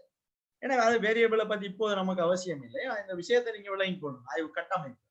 சோ இதுதான் நம்முடைய ஆய்வு கட்டமைப்பு. இதுல இருந்துதான் நாம என்ன செஞ்சிருக்கோம், நம்முடைய எடுகோள்கள் 5ஐயும் எடுத்திருக்கோம். இப்ப நாம கொஸ்டினேரை கட்டமைப்பது மிக இலகு. எப்படி தெரியுமா? அப்புத்தளை பிரதேச செயலகத்தில் இடம்பெறுகிற தற்கொலைகள் சம்பந்தமாக கொஞ்சம் கேள்வி, மன அழுத்தம் சம்பந்தமாக கொஞ்சம் கேள்வி, ஆய்வுக்கு பொருத்தமான கேள்வி, வறுமை தொடர்பாக சில கேள்விகள், தீரா நோய் தொடர்பாக சில கேள்விகள், காதல் பிரச்சனைகள் தொடர்பாக தற்கொலையை மையப்படுத்திய சில கேள்விகள். இதை நீங்க லிட்டரேச்சர் ரிவ்யூலையோ அல்லது ஏற்கனவே கட்டமைக்கப்பட்ட ஆய்வு வினாக்கொத்துக்களில் இருந்தோ நீங்க இதை எடுத்துக்கொள்ளலாம். நீங்க அடாப்ட் பண்ணலாம், பிரச்சனை இல்லை. உங்களோட ஆய்வோட கனெக்ட் ஆனா சரி. அதே போன்று இறுதியாக குடும்ப பிரச்சனைகள் சம்பந்தமா சில வினாக்கள், இதை தொகுத்தால் நம்முடைய கொஸ்டினேரும் ரெடி ஆகிரும். பாருங்க, இலக்கிய மீளாய்வில் ஆரம்பித்தது நம்மளோட கொஸ்டினேர்ல வந்திருக்கு. இப்ப பாருங்க, இது surveymonkey.com என்ற ஒரு வெப்சைட் இருக்குது. இந்த surveymonkey.comல நீங்க மாதிரி கொஸ்டினேர்ல எடுத்துக்கொள்ளலாம் அல்லது கொஸ்டினேர்ல ஷேர் பண்ணலாம். இப்ப நிறைய மெத்தட் இருக்கு. இப்ப கூகுள் ஃபார்ம்ல கூட நீங்க கொஸ்டினேர் அனுப்பலாம். ஏற்கனவே செய்யப்பட்ட ஆய்வுல இருக்கிற கொஸ்டினேரை கூட நீங்க எடுக்கலாம், அடாப்ட் பண்ணலாம். உங்களுக்கு ஏற்ற மாதிரி அதுல கேள்வி திருத்தம் செய்யலாம். எனவே வினாக்கொத்தை கட்டமைப்பதற்கு பாருங்க, தனிப்பட்ட தரவு தேவையான விடயங்களை மட்டும்தான் நீங்க கேட்கணும். உங்களோட வயது என்ன, நீங்க ஆனா பெண்ணா, உங்களுடைய தொலைபேசி இலக்கம் என்ன, இதெல்லாம் ஆய்வாளர் மிக கவனமாக இருக்கும். ஆய்வாளர் ஆய்வுக்கான தரவுகளை மட்டும் எடுக்கணும். ஆண் பெண் தேவைப்படும் இந்த ஆய்வுல. ஏன்னா அதிகமா தற்கொலை செய்யற விடயங்கள் சம்பந்தமா யாரு கருத்து தெரிவிக்காங்க. தற்கொலை செஞ்சவங்கள்ட்ட நாம டேட்டா எடுக்கல, ஆனால் அது தொடர்பாக நமக்கு தேவைப்படலாம். வயதும் சில வேலைகளை தேவைப்படலாம். ஆனா சில விடயங்கள் நமக்கு இமெயில் அட்ரஸ் என்னதுக்கு அதனால சில கேள்விகள் வரும். எனவே அதை நீங்க விளங்கிக்கணும். அதே போல தனிப்பட்ட தரவுகள் தேவையான விடயங்களை மட்டும் நீங்க எடுக்கலாம்.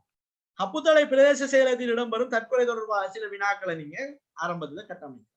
மன அழுத்தத்தை அளவிடக்கூடிய சில வினாக்கள் ஏற்கனவே குறிப்பிட்டது போல வறுமை, தீரா நோய், காதல் பிரச்சனை, குடும்ப பிரச்சனைகளை கொண்டு நீங்க உங்களோட கொஸ்டினேரை நீங்க ரெடி பண்ணினா சரி.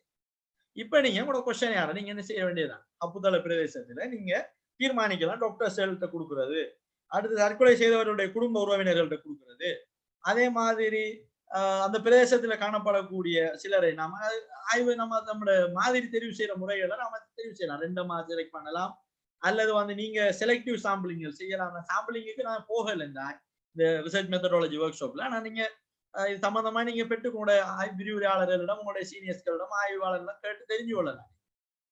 ரைட்? தரவு சேகரிக்கிற முறைகளுக்கு வருவோம். பிரைமரி சோர்சஸ், செகண்டரி சோர்சஸ் என்று 2 இருக்கு. முதன்மை நிலை தரவுகள், 2ஆம் நிலை தரவுகள். முதலாம் நிலை தரவுண்டா என்னன்னு சொன்னால், ஆய்வாளரினால் ஆய்வுக்காக முதலில் புறப்படுகிற தரவு. ஆய்வாளர் அதுக்கு மட்டும் எடுக்கிற தரவு தான் அது. வேற இதுக்கு முதல்ல அந்த தரவு இருக்காது. சோ இண்டிவிஜுவல் ஃபோக்கஸ் குரூப்ஸ், அடுத்து பேனல் ஆஃப் ரெஸ்பாண்டன்ஸ், கொஸ்டினேர் கொடுக்கலாம், இன்டர்வியூ பண்ணலாம், ஒப்சர்வ் பண்ணலாம். இப்படி எடுக்கிற தரவு முதன்மை நிலை தரவு, உங்களோட ஆய்வுக்காக நீங்க தேடுற தரவு. செகண்டரி சோர்சஸ், 2ஆம் நிலை தரவுகள் என்பது ஏற்கனவே காணப்படும் தகவல்களை ஆய்வுக்காக பயன்படுது. அதை நீங்க கவர்மெண்ட் பப்ளிகேஷன்ஸ் எடுக்கலாம், இண்டஸ்ட்ரி அனாலிசிஸ் எடுக்கலாம், மீடியா, வெப்சைட், அல்லது அவங்களோட ஆண்டு அறிக்கைகள், அல்லது அவங்களோட மருத்துவ அறிக்கைகள், இப்படி பலதரப்பட்ட சோர்சஸ்ல இருந்து நீங்க 2ஆம் நிலை தரவுகளை நீங்க எடுக்கலாம். சோ மாதிரி ஆய்வுகள் எப்பொழுதும் எண்ணளவு தொகை அடிப்படையாக கொண்டு மேற்கொள்ளப்படும். நான் உங்களுக்கு ஏற்கனவே சொல்லிருக்கேன், நான் உங்களுக்கு சொல்லித்தர ஆய்வு முறையானது இன்குவாரி மோட் ஆய்வு. ஏனைய ஆய்வு முறைகள் இல்லை, எனக்கு தெளிவான ஒரு தலைப்பு. எனவே நாம இதை நம்ம அளவுசார் பண்புசார் விடயங்களை கொண்டு நாம் இதை மேற்கொள்ளலாம். அளவுசாருக்கான விடயங்களை தான் நாம பார்க்கணும். மாதிரிகளை தெரிவு செய்யறதுக்கு நிறைய வழிமுறைகள் இருக்கு. அதுக்கு நிறைய வெப்சைட்கள் இருக்குது, சாம்பிளிங் வெப்சைட்ஸ் நிறைய இருக்குது. அதுக்கு போய் நீங்க அந்த பகுதியினுடைய சனத்தொகை எத்தனை, ஆய்வை மேற்கொள்வதற்கு எத்தனை பேர்கிட்ட கொஸ்டினேர் எடுக்கணும்னு நீங்க வெப்சைட்ஸ் இருக்கு நிறைய. ரைட்? ஸோ நான் சாம்பிளிங் இதுல நான் ஸ்கிப் பண்ணிருக்கேன். ஸ்கிப் பண்ணா நான் இதுல இன்க்ளூட் பண்ணல. கூடுதலாக மற்ற விடயங்கள் மெத்தடாலஜியில கூட நேரம் பேசணும் அப்படிங்கிறதுக்காக நான் சாம்பிளிங்குக்கு வரையில இருந்தாலும் ஒரு பெரும் குடித்தொகையில உள்ளோர் எல்லோரையும் தனித்தனியாக மதிப்பீடு செய்வது கடினமாகையால் குடித்தொகையின் இயல்புகளை கண்டறியக்கூடிய அச்சொட்டான மாதிரிகள் அவசியம். உதாரணத்துக்கு நாம சமைக்க சரிதானே, சமையல்ல நாம சரியாக உப்பு சேர்த்திருக்கோமா, சரியான கலவையெல்லாம் எல்லாம் இருக்குதா அப்படின்னு பாக்குறதுக்கு பொதுவா சமைக்கிறவங்க என்ன செய்வாங்கன்னா அதாவது ஒரு பானை சோற்றுக்கு ஒரு சோறு பதம்னு சொல்லுவாங்க பழம், அதை டெஸ்ட் பண்ணி பார்ப்பாங்க. அதுதான் சாம்பிளிங். அப்ப அது ஓகேன்னா சரி எல்லாம் ஓகே. ஆனா சாம்பிளிங் சரியா எடுக்கணும். நீங்க ஒரு பகுதியில் அப்படின்னு எடுக்கிறதுல உங்களோட ஆய்வை மேற்கொள்வதற்கு பொருத்தமான சாம்பிளிங் எரர் எல்லாம் இருக்குது. அதை நான் போகல அந்த விடயத்துக்கு. தரவுகளை எப்படி பகுப்பாய்வு செய்யலாம்னா நிறைய மென்பொருட்கள் காணப்படுது. இதை கொண்டு நீங்க பகுப்பாய்வு செய்யலாம். இது உங்களோட சீனியர் மாணவர்கள் அல்ல ஸ்டாட்டிஸ்டிக்ஸ் டிபார்ட்மெண்ட்ல வேலை செய்யக்கூடியவங்க, டிபார்ட்மெண்ட் ஆஃப் ஸ்டாட்டிஸ்டிக்ஸ்ல படிச்சு கொண்டிருக்கக்கூடிய ஸ்டாட்டிஸ்டிக்கல் பேக்கேஜ் ஃபார் இந்த சோசியல் சயின்சஸ்ங்கிற ஒரு SPSSங்கிற சாஃப்ட்வேர் பிரபலமானது. அதே மாதிரி MS எக்ஸல்ல கூட நீங்க சில டேட்டாக்களை நீங்க பகுப்பாய்வு செய்யலாம்.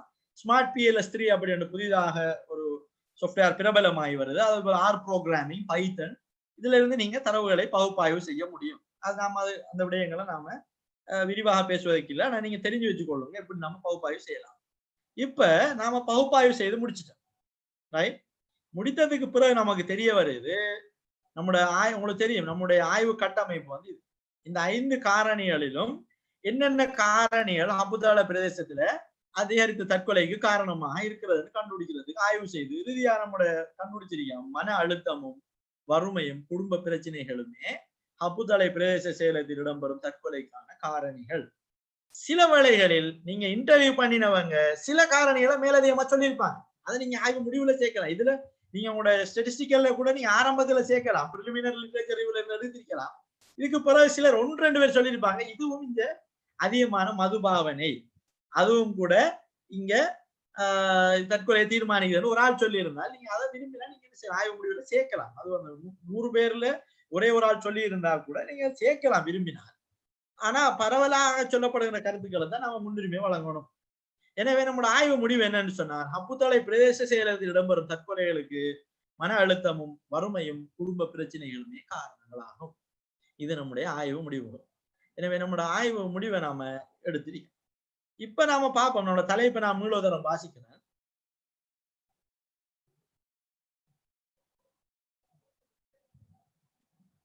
அதிகரித்து வரும் தற்கொலைகளுக்கான காரணங்களும் தீர்வுகளும். எனவே காரணங்களை கண்டுபிடிச்சிட்டோம். தீர்வுகளை நாம கண்டுபிடிப்பதற்கு நாம இன்டர்வியூல அல்லது கொஸ்டின் யார்ல சில கேள்விகளை நாம இதுல சேர்த்திருக்கலாம்.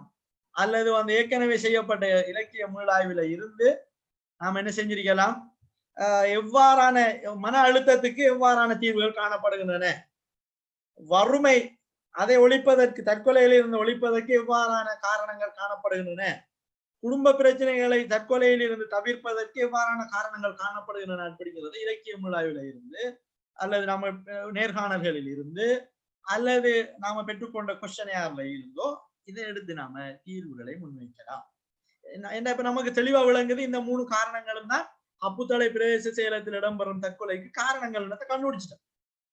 இதுக்கான தீர்வுகளை நாம என்ன செய்யலாம், சிம்பிளா கண்டுபிடிக்கலாம். அதுக்கு நாம இலக்கிய மீளாய்வுல இருந்து எடுக்கலாம், அல்லது வினாக்கொத்துக்கள்ல இருந்து எடுக்கலாம், நேர்காணல்கள்ல இருந்து எடுக்கலாம், பல ஒப்சர்வேஷன்ல இருந்து எடுக்கலாம், பல தரப்படவுடைய முதன்மை நிலை தரவுகளில் இருந்தோ அல்லது 2ஆம் நிலை தரவுகளில் இருந்தோ இதனை நாம் எடுத்துக்கொள்ளக்கூடியதாக காணப்படுகிறது.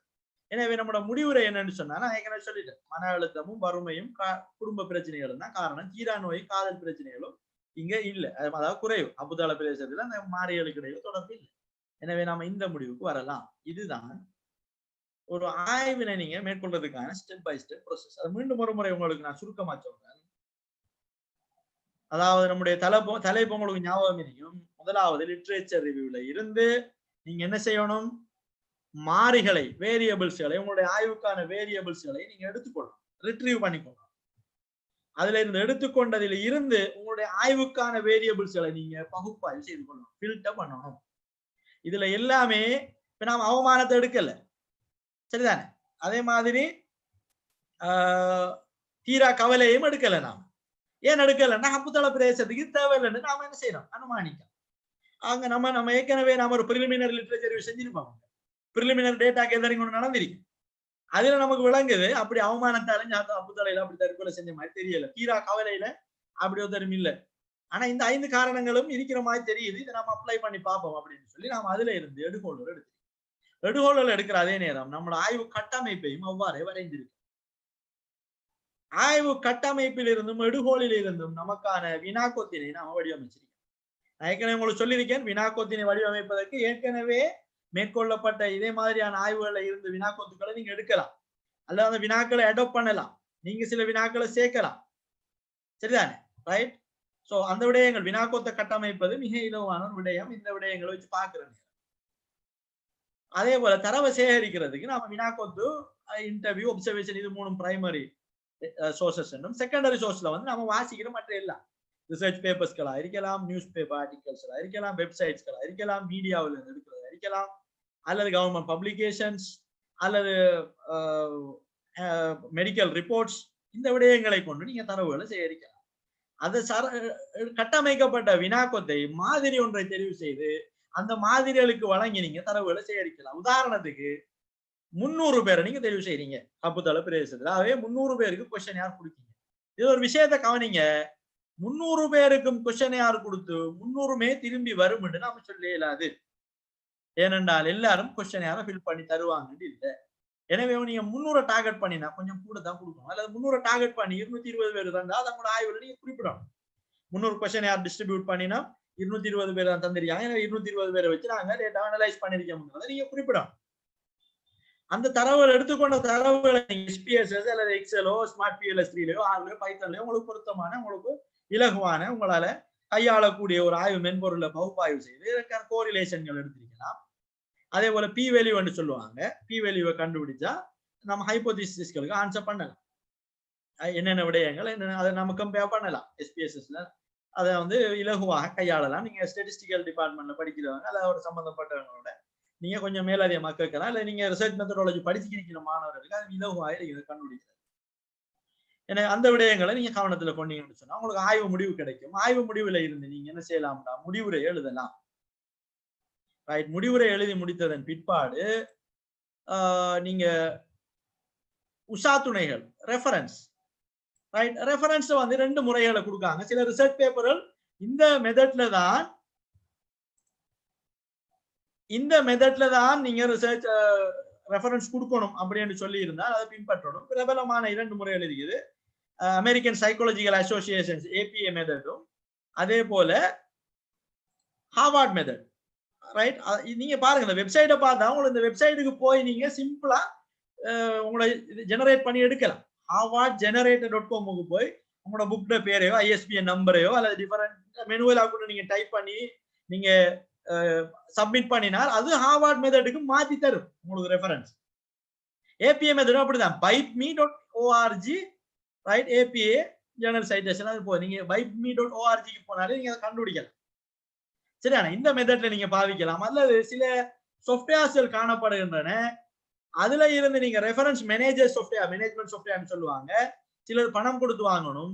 ஜொட்டேரோ, மென்டலி, அதே போல வந்து சைட்டேஷன் SY, சைட்டேஷன் C, இதெல்லாம் வந்து ஃப்ரீயா கிடைக்குது. இதை வச்சு நீங்க மேனேஜ் பண்ணலாம். என் நோட் எல்லாம் வந்து விலக்கூடிய பேக்கேஜஸ்கள் உங்களுக்கு கிடைக்கக்கூடியதா இருந்தால் சரி. அது scientistforme.com ஒரு அனுப்பியார். எஸ், ஓகே, அதுவும் ஓகே தான். ரைட். அதை நான் அப்புறம் வருவோம் அதுக்கு. ரைட். இப்ப நாம பாப்போம். இப்ப உங்களுக்கு தெரியும், இப்ப நீங்க ரிசர்ச் பேப்பர் ஒன்று எழுத போறீங்கன்னா என்னென்ன செக்லிஸ்ட் இருக்கணும் அப்படிங்கறது உங்களுக்கு நான் சொல்லித்தரேன். ரைட். ரைட். ஆய்வு கட்டுரையின் பகுதிகளும் உள்ளடங்க வேண்டிய விவரங்களும்.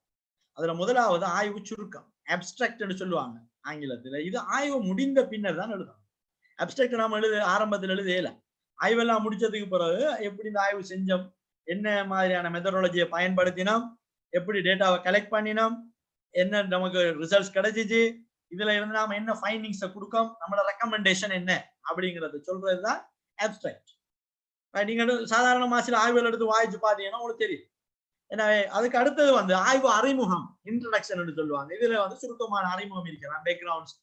பேக்ரவுண்ட் ஆஃப் த ஸ்டடி, அல்லது வந்து justification of the study, introduction வரும்.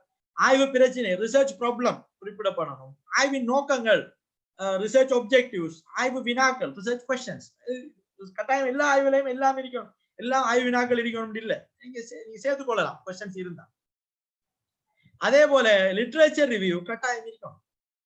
ஏன்னா லிட்ரேச்சர் ரிவ்யூல இருந்தா நீங்க மற்ற விஷயங்கள் எடுத்திருப்பீங்க. அதாவது லிட்ரேச்சர் ரிவ்யூ இல்லாம எவ்வளவு ஸ்ட்ராங்கா அவங்களோட லிட்ரேச்சர் ரிவ்யூ இருக்குதோ அவ்வளவு இலகுவா அவங்களோட ஆய்வு இருக்கும் அப்படிங்கறத ஞாபகத்தை வச்சுக்கொள்ளுங்க. அடுத்து ஆய்வு முறையியல், என்ன முறையை பயன்படுத்தினீங்க, எவ்வாறு தரவு சேகரிக்கப்பட்டது, எப்படி உங்களோட சாம்பிளிங் இருந்தது, உங்களோட ஆய்வு கட்டமைப்பு என்ன, நான் உங்களுக்கு காட்டினேன் தியரிட்டிக்கல் ஃப்ரேம்வொர்க், அதை நீங்க டிசைட் பண்ணி காட்டணும். அடுத்த விடயம் தரவு பகுப்பாய்வு, அளவு ரீதியான ஆய்வு முடிவுகளோ பண்பு ரீதியான ஆய்வு முடிவுகளோ நீங்க அதை டேட்டா அனலைஸ் பண்ணி நீங்க டேபிள் வைஸாவோ அல்லது பேராகிராஃப் வைஸாவோ கொடுக்குறது, அதுதான் தரவு பகுப்பாய்வுன்னு சொல்லப்படுற விடயம். இறுதியாக முடிவும் ஆலோசனைகளும், அளவு ரீதியான முடிவுகளின்படி உதாரணத்துக்கு எடுகோள்களுக்கான பதில்களும் அவற்றுக்கு நீங்க வழங்கக்கூடிய ஆலோசனை. எடுகோள்கள் ஹைபோதிசிஸ்களுக்கு ரைட் இந்த எடுகோள்கள் ஏற்றுக்கொள்ளப்பட்டிருக்கா இல்லையா என்று பார்த்துட்டு அதுக்கு நீங்க வழங்கக்கூடிய ஆலோசனைகளை இலக்கிய மீளாய்விலிருந்து ஏற்கனவே மேற்கொள்ளப்பட்ட ஆய்வுகளிலிருந்து ரிட்ரீவ் பண்ணி நீங்க செய்யலாம். எனவே இந்த விடயத்தை நீங்க ஞாபகம் வச்சுக்கணும். இது செக்லிஸ்ட். ஆய்வு கட்டுரையின் பகுதிகள் வந்து ஆய்வு சுருக்கம், ஆய்வு அறிமுகம், அதுல ஆய்வு தொடர்பான சுருக்கமான அறிமுகம், ஆய்வு பிரச்சனை, ஆய்வின் நோக்கங்கள், ஆய்வு வினாக்கள், இதெல்லாம் இருக்கலாம். அது முக்கியமா பிரச்சனையும் நோக்கங்களும் கட்டாயம் இருக்கணும், இன்ட்ரடக்ஷனும் இருக்கணும். அடுத்த பேக்ரவுண்ட் ஆஃப் த ஸ்டடின்னு சொல்லலாம், அப்படின்னு சிலர் எழுதுவாங்க. இலக்கிய மீளாய்வு அது கட்டாயம் ஏற்கனவே செய்யப்பட்ட ஆய்வுகளுடைய சில தொகுப்புகள் அதில் இருக்கணும்.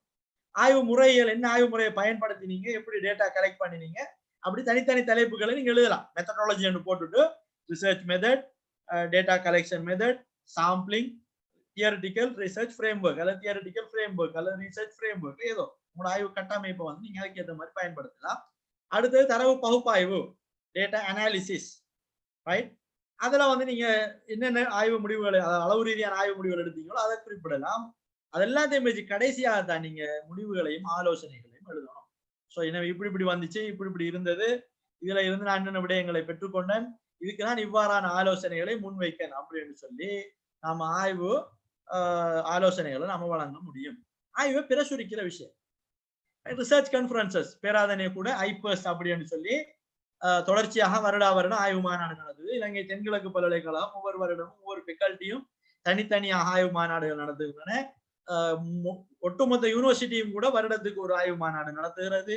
ஈஸ்டர்ன் யூனிவர்சிட்டி நடத்துது, மொரட்டுவ யூனிவர்சிட்டி, கொழும்பு யூனிவர்சிட்டி, இலங்கையில் இருக்கிற எல்லா யூனிவர்சிட்டியும் ஆய்வு மாநாடு நடத்துது. அதுல இப்ப புதிதாக அண்டர் கிராஜுவேட் ரிசர்ச் செஷன்கள் ஆரம்பிக்கப்பட்டிருக்கு. கடந்த ஆண்டும் கெலன் யூனிவர்சிட்டியில, சவுத் ஈஸ்டர்ன் யூனிவர்சிட்டியில ஆய்வு மாணவர்களுக்காக கொலோக்கியம் என்று சொல்லி நடக்குது. பேராயன் யூனிவர்சிட்டியில லாஸ்ட் இயர் நடந்தது அண்டர் கிராஜுவேட் ரிசர்ச் செஷன். இவ்வாறு அதுல உங்களோட ஆய்வை நீங்க சமர்ப்பித்து நீங்க பிரசென்ட் பண்ணி உங்களோட ஆய்வு ரிசர்ச் நாலேஜை இன்க்ரீஸ் பண்ணி கொள்ளலாம். அனுவல் ரிசர்ச் செஷன்ஸ் நடக்குது, நேஷனல் சிம்போசியம், இன்டர்நேஷனல் சிம்போசியம். இதுக்கு நீங்க ஒரு ஆய்வு கட்டுரையில அனுப்புறோம். உங்களுக்கு கஷ்டம்னா உங்களோட விரிவுரையாளரோட இணைந்து நீங்க ஆய்வினை பழகலாம், அல்லது உங்களுடைய சக மாணவர்களோடு இணைந்து நீங்க ஆய்வு எழுதி நீங்க அதுக்கு அனுப்பி பார்க்கலாம். ஜேர்னல்ஸ்ல நிறைய ஜேர்னல் இருக்கு, பிரிண்டட் ஜேர்னல் இருக்கு, ஆன்லைன் ஜேர்னல் இருக்குது. ப்ரீடேட்டரி ஜேர்னல் என்று சொல்லுவாங்க, அந்த பிள்ளையான ஜேர்னல், அதாவது அங்கீகரிக்கப்படாத ஜேர்னல்களை ப்ரீடேட்டரி ஜேர்னல் சொல்லுவாங்க. அதுல நீங்க பப்ளிஷ் பண்ணிடாதீங்க. ஆனா நீங்க பார்க்கலாம், அது இண்டெக்ஸ் ஜேர்னல்ஸ்களா இருக்கலாம் அல்லது ரெஃப்ரி ஜேர்னல்களா இருக்கலாம். நல்ல ஜேர்னல்ல நீங்க பப்ளிஷ் பண்ணுங்க. நியூஸ் பேப்பர்ல கூட நீங்க உங்களோட ஆய்வு கட்டுரைகளை நீங்க பப்ளிஷ் பண்ணலாம். அதே மாதிரி வேலிட் ஆன்லைன் மீடியாஸ், அதாவது நீங்க எல்லா ஆன்லைன் மீடியாக்களையும் எல்லா நியூஸ் சேனல்களுக்கு நீங்க அனுப்ப தேவையில்லை. வெளியிட ரெஜிஸ்டர் பண்ணப்பட்டிருக்கக்கூடிய மீடியாக்களுக்கு நீங்க அனுப்புற பப்ளிகேஷன்களும் முக்கியமானது. ஏன்னா நீங்க வந்து ஒரு இன்டர்வியூக்கு போற நேரம் உங்களுடைய ஆய்வு தொடர்பான விடயங்களை நாங்க பார்ப்பாங்க, ஒரு மார்க்ஸ் இருக்குது, ரைட். ஸோ இதுல இந்த இடத்துல நான் உங்களுக்கு ஒரு விடயத்தை ஞாபகப்படுத்துவேன். பேராதனிய பல்கலைக்கழகத்தினுடைய உபவேந்தராக இருந்த பேராசிரியர் அதுல சேனாரத்ன சார், சயின்ஸ் ஃபேக்கல்ட்டியை சேர்ந்தவர், ஜியோலஜி டிபார்ட்மெண்ட் அவர்னு நினைக்கிறேன். அவர் வந்து 70ஆம் ஆண்டு காலப்பகுதியில் அவர் ஜெனரல் செய்ய போயிருக்கார், சரிதானே. அந்த நேரம் அவருடைய பேராசிரியர் வந்து சொல்லியிருக்காரு, இலங்கையில மகாவலி ப்ராஜெக்ட் ஆரம்பிக்க போறாங்க, நீங்க வந்து ஜியோலஜி ஸ்பெஷல் செஞ்சா, ரைட். இது ஒரு வைஸ் சான்சலர் கதை. அவர் எங்களுக்கு பேராதனிய பல்கலைக்கழகத்தில் இடம்பெற்ற ரிசர்ச் ஸ்டாஃப் டெவலப்மெண்ட்ல அவர் சொன்ன கதையை தான் நான் சொல்றேன், ரைட். அவர் சொன்னார் வந்து அவர் ஜெனரல் 3 வருஷ கோர்ஸ் செஞ்சுட்டு போனவர். அவருடைய பேராசிரியர் வந்து என்ன சொன்னாருன்னா, இல்ல நீங்க ஜியோலஜில ஸ்பெஷல் செய்யுங்க, மகாவலி ப்ராஜெக்ட் ஒன்று ஆரம்பிக்க போறாங்க இலங்கையில. அதுல சில நேரம் உங்களுக்கு வேலை வாய்ப்பு கிடைக்கலாம் அப்படின்னு சொல்லி வேற என்ன செஞ்சிருக்காருன்னா, வேற ஜியாலஜி ஸ்பெஷல் செஞ்சு 4th இயர்ல இருக்கிற நேரம் நியூஸ் பேப்பர்ல ஒரு கட்டுரை ஒன்று எழுதியிருக்காரு. மகாவலி ப்ராஜெக்ட் சாத்தியப்பாடுகள்னு சொல்லி ஒரு கட்டுரை ஒன்று எழுதியிருக்காரு. அரைப்பக்கம், நிறைய இல்லை, முழு பக்கம் இல்ல, அரைப்பக்கம் எழுதி பப்ளிஷ் பண்ணினோடனே இலங்கை மகாவலி அபிவிருத்தி சபை என்ன செஞ்சிருக்கனால், இவர் பாஸ் அவுட் ஆன உடனேயே இவருக்கு மாஸ்டர் டிகிரியும் பிஹெச்டியும் செய்யறதுக்கு ஸ்காலர்ஷிப்பை கொடுத்து வெளிநாட்டுக்கு அனுப்பிட்டேன்னு. எங்களுக்கு நீங்க அந்த மகாவலி ப்ராஜெக்ட பத்தி நீங்க ஆய்வு செஞ்சிருக்கீங்க, அரைப்பக்க கட்டுரை, இந்த சாத்தியப்பாடுகளை வச்சு நீங்க ஒரு பிஹெச்டி மாஸ்டர் அண்ட் பிஹெச்டியை முடிச்சுட்டு வாங்க, எங்களுக்கு கூட ஆலோசனை தேவைன்னு சொல்லி அரச நிதியை அனுப்பிச்சு. அனுப்பி அவர் வந்து சேர்ந்தது பிறகு கன்சல்டன்டாக மகாவலி ப்ராஜெக்ட்ல வேலை செஞ்சுக்கிற நேரம் பேராதனை பல்கலைக்கழக ஜியாலஜி டிபார்ட்மெண்ட்ல அவர் விண்ணப்பித்து அவர் விரிவுரையாளராக வந்து இறுதியாக ஒரு வைஸ் சான்சலராக பேராதனை பல்கலைக்கழகத்தில் இருந்தார். இது அவர் சொன்ன கதை பாருங்க. ஒரு அரைப்பக்க கட்டுரை ஒருவரை உபவேந்தர் வரைக்கும் உயர்த்தி யோசிச்சு பாருங்க. எனவே வெளியிட்டு ஆன்லைன் மீடியாஸ்கள் எழுதுறதுங்கிறது, நியூஸ் பேப்பர்ல எழுதுங்கிறதுங்கிறது வேஸ்ட். அது வந்து பல எதிர்பாராத கதவுகளை உங்களுக்கு திறக்கலாம். நீங்க எதிர்பாராத கோணங்கள்ல உங்களை வந்து அது தகவமைக்கலாம். உங்களுடைய அறிவை அது வந்து அதிகரிக்கலாம். எனவேதான் இந்த விடயங்கள் உங்களுக்கு நான் குறிப்பிடுறேன். எனவே ஆய்வை பிரசுரிக்கிற விடயங்கள் இங்க தரப்பட்டிருக்கு. உங்களுக்கு ஆய்வாளர் அறிந்திருக்க வேண்டிய சில வெப்சைட்ஸ்கள் காணப்படுகின்றன. நீ ஒரு ஆள் கேட்டிருக்கீங்க, any websites have literature review, நிறைய இருக்குது. ரிசர்ச் கேட்ல நீங்க சர்ச் பண்ணி பழைய ஆய்வு கட்டுரைகள் எடுக்கலாம். கூகுள்ல சர்ச் பண்ணலாம், கூகுள் ஸ்காலர்ல சர்ச் பண்ணலாம், அகாடமியாவில் சர்ச் பண்ணலாம், அல்லது குறிப்பிட்ட பல்கலைக்கழகங்களுடைய ரிப்போசிட்டரிஸ்ல போய் நீங்க சர்ச் பண்ணலாம், ப்ரொசீடிங்ஸ்ல போய் சர்ச் பண்ணலாம். நீங்க கூகுள்ல சர்ச் பண்ணினாலே நிறைய வரும் உங்களுக்கு. சரிதானே? நல்ல நல்ல ஜேர்னல்ல சர்ச் பண்ற ஆய்வு கட்டுரை, இலக்கியங்கள் ஆய்வுகள் நல்ல தரமான ஆய்வுகளாக வரும். அது ஒரு முக்கியமான ஒரு விஷயமாக இருக்கு. ரைட். ஸோ இந்த விடயங்கள் தான் உங்களோடு நான் கலந்துரையாட, அதாவது உங்களோட ஆய்வு சம்பந்தமாக பேசுவதற்கு எடுத்துக்கொண்ட விடயம். இதுல நீங்க ஒரு விடயத்தை விளங்கி கொள்ளணும். என்னன்னு சொன்னா, இது வந்து ஒரு முழுமையான ஒரு கம்ப்ளீட் ரிசர்ச் மெத்தடாலஜி. என்னன்னா உங்களுக்கு தெரியும், பல்கலைக்கழகத்துல ரிசர்ச் மெத்தடாலஜிங்கிறது 2, 3, 4 கிரெடிட் சப்ஜெக்ட். 30, 45, 60 மணித்தியாலங்களை கொண்ட சப்ஜெக்ட். மாஸ்டர் டிகிரியில 60 மணித்தியாலங்களை, அதை சில பல்கலைக்கழகங்கள் அதை விட அதிகமான மணித்தியாலங்களை கொண்ட ஒரு சப்ஜெக்ட். பிஹெச்டியில கூட ரிசர்ச் மெத்தடாலஜி கட்டாயம். ஸோ அதை வந்து நான் ஒரு 1 ஹவர்ல உங்களுக்கு தர இயலாது. இருந்தாலும் உங்களுக்கு அடிப்படை ரிசர்ச் சம்பந்தமான எப்படி இதை செய்யணும், எப்படி லிட்ரேச்சர் ரிவ்யூவை செய்யணும், எப்படி அதுல இருந்து வேரியபிள்ஸ் எடுக்கணும், எப்படி வேரியபிள்ஸ் இருந்து கொஸ்டினியர் எடுக்கணும், எப்படி அதுல இருந்து ஹைபோதீசிஸ் எடுக்கணும், கொஸ்டினியர் எப்படி டிசைட் பண்ணி எப்படி நாம சாம்பிளுக்கு அனுப்பணும், எப்படி அதுல இருந்து நாம டேட்டா கலெக்ட் பண்ணணும்ங்கிற ஃப்ளோவை தான் உங்களுக்கு சொல்லிருக்கேன், ப்ரொசஸ். இது ஒவ்வொன்றும் ஒவ்வொரு தனித்தனி தலைப்புகள். உண்மை ஒவ்வொன்றுமே பல மணித்தியாலங்கள் பேச வேண்டிய தலைப்புகள்.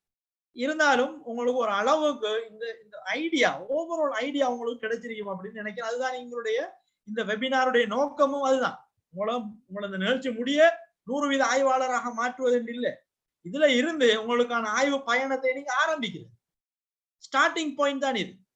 அல்லது நீங்க ஃபைனல் இயர் மாணவர் ரிசர்ச்ல ஸ்ட்ரகிள் ஆயிருக்கீங்கன்னா உங்களுக்கு கொஞ்சம் தூக்கி விடுறது. ரைட். உங்களுக்கு கொஞ்சம் இருக்கிற டவுட்ஸ் எல்லாம் கிளியர் பண்றது. ஸோ அந்த நோக்கத்துக்காக தான் இது மேற்கொள்ளப்பட்டது. இதுல முதன்முறையாக நாங்க என்ன செஞ்சிருக்கோம்னு சொன்னால், உங்களுக்கு வந்து ஃபீட்பேக் ஃபார்ம் ஒன்று டிசைன் பண்ணிருக்கோம். கட்டாயம் நீங்க இந்த நிகழ்ச்சி சம்பந்தமான ஃபீட்பேக்கை வழங்குவதோடு அந்த ஃபீட்பேக் ஃபார்ம்ல வந்து நீங்க உங்களுடைய சரியான பெயரை கொடுங்க. அந்த பெயருக்கு வந்து ஒரு 20 செகண்ட்ஸ் கழிச்சு உங்களோட இமெயிலுக்கு உங்களோட சர்டிபிகேட்ஸ் எல்லாம் வரும். அதுவும் ஒரு மோட்டிவேஷன் தான். நீங்க பார்ட்டிசிபேட் பண்ணதுக்கான ஆதாரம். இது வந்து Certify-M அப்படிங்கிற ஒரு சாஃப்ட்வேரை பயன்படுத்தி நாங்க முதன்முறையாக டிசைட் பண்ணிருக்கோம். நீங்க பார்க்கலாம், ஃபீட்பேக் ஃபார்ம் வந்து உங்களுக்கு வழங்கப்படுறீங்க. ஒன்று ஃபார்ம் தான் ஃபில் பண்ணலாம். எனவே பேர் டீடைல்ஸ் எல்லாம் கிளியரா இது பண்ணி கொடுங்க.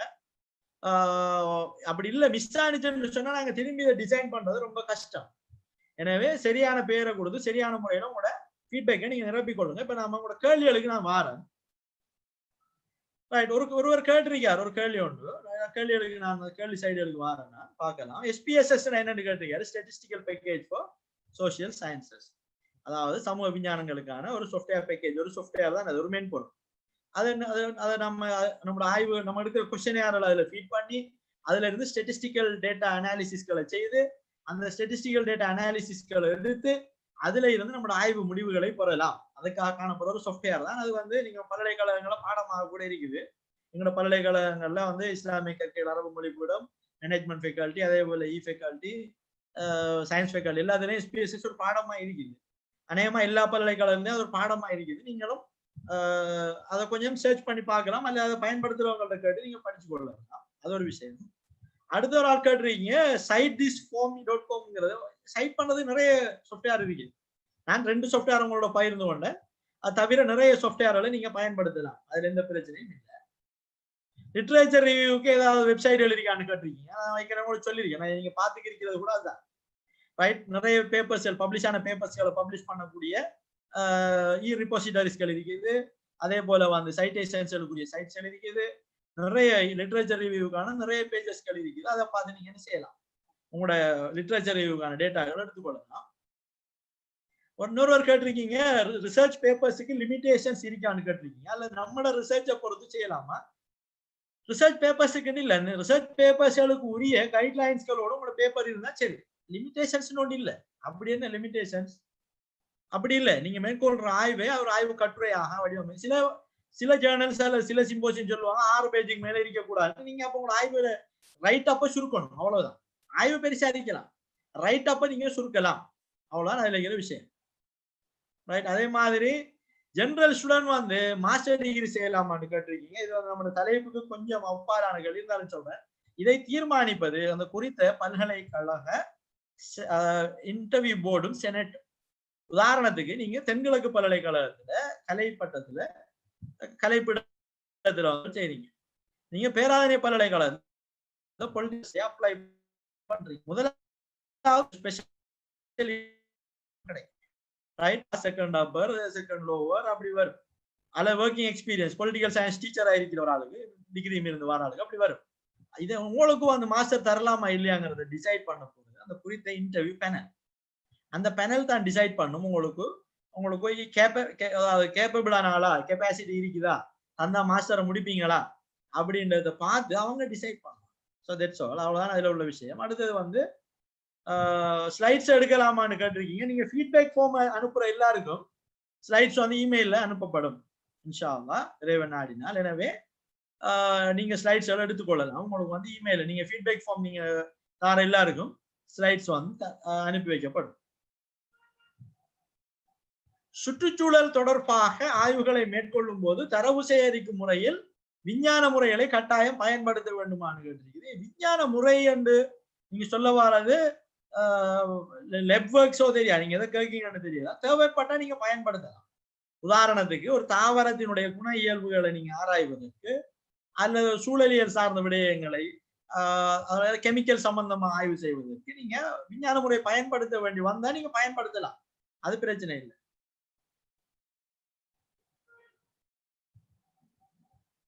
அதே போல ஒருவர் கேட்டிருக்கீங்க what are the difference between conceptual framework and theoretical framework?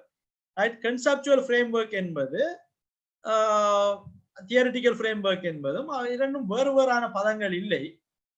நீங்க எடுக்கிற கன்செப்ட்களை வச்சு நீங்க ஒரு ஆய்வு கட்டமைப்பு ஒன்றினை வரைவதுதான் கன்செப்சுவல் ஃப்ரேம்வொர்க்கோ தியரிட்டிக்கல் ஃப்ரேம்வொர்க்னு சொல்லப்படும். நீங்க உங்களோட ஆய்வுக்கு ஏற்ப அதை நீங்க பயன்படுத்திக் கொள்ளலாம். நீங்க தியரியில இருந்து உங்களோட ஆய்வை கட்டமைக்கீங்கன்னா நீங்க அதை தியரிட்டிக்கல் ஃப்ரேம்வொர்க்னு சொல்லலாம். அல்ல நீங்க என்ன கருக்களை வச்சு நீங்க வேற ஒரு ஆய்வுகளை வச்சு ஒரு கட்டமைப்பு ஒன்று உருவாக்குறீங்கன்னு சொன்னா அதை கன்செப்சுவல் ஃப்ரேம்வொர்க்னு எடுக்கலாம். அது ஒரு விஷயம். Is the quality of research affected by time duration ன்னு கேட்டிருக்கீங்க. அதாவது நாம செய்ய வேண்டிய ஆய்வுகள் எல்லாம் நீங்க பல்கலைக்கழக மாணவர் என்றால் நீங்க உங்களோட 4th இயர்ல ஒரு 6 மாதம் தொடக்கம் ஒரு 8 மாதம் வரைக்கும் நீங்க முழுமையா செலவிட வேண்டி வரும். அதற்கான தலைப்புகளை நீங்க தேர்ந்தெடுக்கலாம். சில ஆய்வு இருக்குது 10 வருஷம் 15 வருஷம் போற ஆய்வுகளும் இருக்குது. குவாலிட்டிக்கும் ஆய்வுக்கும் சம்பந்தம் இல்லை. குவாலிட்டி உங்களோட quality of research methodology, quality of research design, quality of data collection, quality of literature review, இதுதான் உங்களுடைய ஆய்வை தீர்மானிக்கும். அதை குறிப்பிட்ட காலத்துக்குள்ள நீங்க எவ்வளவு குவாலிட்டியா நீங்க ஆய்வை மேற்கொள்றீங்க அப்படிங்கிறது அதுல முக்கியமான விஷயம். அதே போல can we also have a webinar on thesis writing please ன்னு கேட்டிருக்கீங்க. இன்ஷா அல்லாஹ் அது பேராதனிய பல்கலைக்கழக மஜ்லிஸ் வந்து அது தொடர்பாக கவனம் செலுத்தினால் நாம இதுல தனித்தனி தலைப்புகளை கூட நாம செய்யலாம். இலக்கிய ஆய்வை பற்றியே 2 மணி நேரம் கதைக்கலாம். நீங்க அதாவது நீங்க எங்களுக்கு தேவையான முக்கியமா தேவையானவங்க எங்களுக்கு தேவை யார் யாருக்கு இந்த ஆய்வு முறைகளை பத்தி 100% தேவை இருக்குது அப்படிங்கிறாங்க எங்களுக்கு தேவை. அதை எடுத்தது பிறகு நாம சிறிய சிறிய செஷன்கள் கூட செய்யலாம், அது பிரச்சனை இல்லை. அதே போல how to decide our research topic என்று கேட்டிருக்கீங்க. நான் ஏற்கனவே உங்களுக்கு சொல்லியிருக்கிறேன், இதுல கூட நம்மளோட பிரசன்டேஷன்ல கூட அது இருக்கு, ஆய்வு தலைப்பை தெரிவு செய்வது எவ்வாறு அப்படிங்கிற விஷயம். ரைட், அதாவது சாத்தியமானதான்னு பார்க்கணும், அதே மாதிரி தரவுகளை சேகரிக்கலாமான்னு பார்க்கணும், உங்களுக்கு விருப்பமான தலைப்பா இருக்கணும், புதிய அறிவை இதை கண்டுபிடிக்குமான்னு பார்க்கணும், அதே போல ஆய்வு முறைகளை இதை நம்ம பிரயோகிக்கலாமான்னு பார்க்கணும், சமகால பிரச்சனைகளுக்கு முன்னுரிமை வழங்க வேணும், அது வழங்கினா நல்லது, உங்களோட சப்ஜெக்டோட அது கனெக்ட் ஆகக்கூடியதா இருக்கணும், அடுத்த தியரிகளோட அது கனெக்ட் ஆகக்கூடிய மாதிரி இருக்கணும். அப்படி இதை விடயங்களை வச்சு நீங்க என்ன செய்யலாம், உங்களோட ஆய்வு தலைப்பை நீங்க மேற்கொள்ளலாம். அதே போல சில ரிசர்ச்சுக்கு அமௌண்ட் கொஸ்ட் பண்ணுறாங்க சார், அதான் ரீசன் என்னன்னு கேட்டிருக்காங்க. மெடிக்கல் ரிசர்ச் எல்லாம் வந்து கொஸ்ட் தானே, அதுக்கு நீங்க கள ஆய்வு செய்ய போனீங்க என்றால் பிரயாணம், தரவுகளை சேகரிக்கிறது, சில வேளையில சில லிட்டரேச்சருக்கு புக்ஸ் பேப்பர்ஸ் காசு கொடுத்து வாங்க வேண்டியவன், சில ரிசர்ச் பேப்பர்ஸ் வந்து ஃப்ரீலி அவைலபிள் இல்லை, அதை பணம் கொடுத்து வாங்க வேண்டி வரும். அடுத்து வந்து சில சயின்டிபிக் ரிசர்ச்சுக்கு எல்லாம் கூட செலவாகக்கூடிய தன்மையும் காணப்படுது. Right, do research need any word limitation கேட்டிருக்காங்க. நான் ஏற்கனவே சொன்னேன் உங்களுக்கு, சில ஆய்வு கட்டுரைகளை சில ஆய்வு மாநாடுகள் அதை லிமிட் பண்ணுவாங்க, அப்படி இல்லைன்னால் அப்படி பெரிய லிமிடேஷன் இல்லை. ஆனா ரிசர்ச் பேப்பர்ஸுக்கு குறைவான அளவும் டிசிஸ்களுக்கு சில வேர்ட் கவுண்டிங்ஸ் எல்லாம் ஒரு பல்கலைக்கழகம் ஒவ்வொரு மாதிரி தீர்மானிச்சிருக்காங்க. அதே மாதிரி ஒருவர் கேட்டிருக்கீங்க,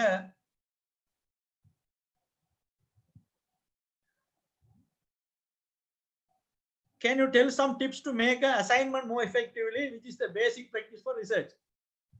அசைன்மெண்ட்ங்கிறது ஒரு விதமான ஆய்வு தானே, நாம வாசிச்சு தொகுத்து எழுத போறோம், ஒரு வகையான இலக்கியங்கள் ஆய்வு, அதுல இருந்து கூட கருத்துக்களை தெரிவிக்க போறீங்க, கனெக்ட் பண்ண போறீங்க. எனவே அது வந்து ஒரு அவ்வளவு பிரச்சனையான ஒரு கேள்வி மாதிரி தெரியல. அதே போல ஒரு ஆள் கேட்டிருக்கீங்க,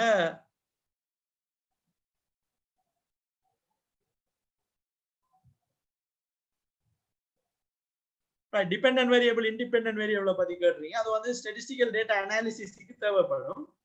அதாவது நீங்க இலக்கியங்கள் ஆய்விலிருந்து பெற்றுக்கொள்ளுகின்ற மாறிகள் வந்து இண்டிபெண்டன்ட் வேரியபிள்களாகும். நீங்க ஒரு குறிப்பிட்ட தலைப்பை எடுப்பீங்க தானே, தற்கொலைகள் அபுதள பிரதேசத்தை மையப்படுத்தி ஆய்வுங்கிறது வந்து டிபெண்டன்ட் வேரியபிள்.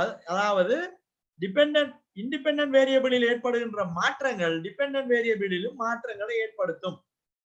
அதாவது அதிகமான மன அழுத்தம் அதிகமான தற்கொலைக்கு காரணமாக வரலாம், அதிகமான குடும்ப பிரச்சனைகள் அதிகமான தற்கொலைக்கு காரணமாக வரலாம். எனவே இண்டிபெண்டன்ட் வேரியபிள் ஏற்படுகின்ற அட்ஜஸ்ட்மெண்ட்ஸ் டிபெண்டன்ட் வேரியபிளை பாதிக்கும். அதான் அந்த இரண்டுக்குமான விடயம். அதே போல ஒருவர் கேட்டிருக்கீங்க, என்னுடைய கைடன்ஸ் சைக்கிளை ஒர்க் பண்ணலாமான்னு. நீங்க இமெயில நீங்க கண்டெக்ட் பண்ணலாம், அதை பார்க்கலாம். ரிசர்ச் பேப்பர் வாசிப்பதற்கு நிறைய வெப்சைட்ஸ் இருக்கு, அதை பத்தி நான் உங்களுக்கு சொல்லியிருக்கேன். ரிசர்ச் கேட் மாதிரியான சில சைட்ஸ்கள் இருக்குது.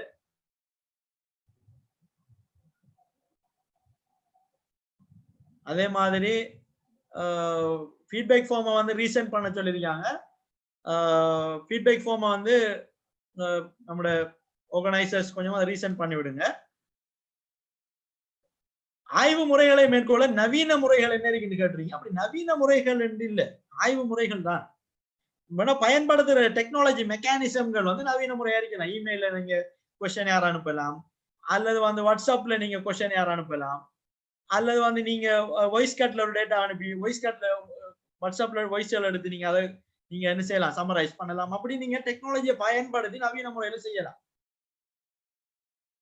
அதே மாதிரி ஒரு சொல்லிங்க, இங்கிலீஷ் மீடியத்துல வந்து இந்த ஒர்க் ஷாப் செய்யுங்கன்னு சொல்லி எங்களோட நோக்கம் வந்து என்னன்னு சொன்னா, இங்கிலீஷ் மீடியத்துல நிறைய புக்ஸ் இருக்குது, நிறைய ப்ரோக்ராம்ஸ் நடக்குதுமே. நம்முடைய மாணவர்கள் ஆய்வு முறைகளை ஆங்கிலத்துல அதை விளங்கி கொள்றதுல நிறைய பேர் சிரமங்களை எதிர்நோக்குறாங்க. அவங்களுக்கு தமிழ்ல நிறைய பேர் தமிழ்ல ஆய்வு செய்யறாங்க. அப்ப தமிழ் மீடியத்துல அப்படியானவங்க வந்து தமிழ்ல ஆய்வு முறைகளை விளங்கி கொண்டால் அவங்களுக்கு ஈஸியா இருக்கும். அப்படிங்கிறதா இங்கிலீஷ் மீடியத்தை செய்யறதுலயும் பிரச்சனை இல்லை. அதே மாதிரி இரண்டாம் நிலை தரவுகளை மட்டும் வைத்து நாங்கள் ஆய்வு செய்யறது பொருத்தமானதான்னு கேட்டீங்க. அது உங்களோட ஆய்வு தலைப்பை பொறுத்து இருக்கு. சிலதுக்கு பிரைமரி டேட்டா கலெக்ஷன் செய்யல, அது குறைவா தான் செய்யலாம். டோட்டலாவே இலக்கிய மீளாய்வாகத்தான் செய்யணும். புக்கை நீங்க ரிவ்யூ பண்றீங்க. உதாரணத்துக்கு முத்துக்குமாரினுடைய கவிதைகளில் தொனிக்கின்ற நவீனத்துவ கூறுகள் உதாரணம். இதுக்கு நாம பிரைமரி டேட்டா எடுக்க தேவையில்லை. முழுக்க லிட்ரேச்சர் அவரை புத்தகத்தை எடுத்து நாம ஆராயப்படும். அல்லது ஒரு குறிப்பிட்ட ஒரு இலக்கியவாதி எடுத்து, உதாரணத்துக்கு கவிக்கோ அப்துல் ரஹ்மானே அவருடைய கவிதை நூல்களில் துணிக்கின்ற ஜென் தத்துவ கூறுகள் அப்படின்றது அவரை புத்தகத்தை தான் எடுக்கப்படும். அந்த தலைப்பு தான் அதை தீர்மானிக்கும். அந்த விடயத்தை நீங்க விளங்கிக் கொள்ளலாம். அதே மாதிரி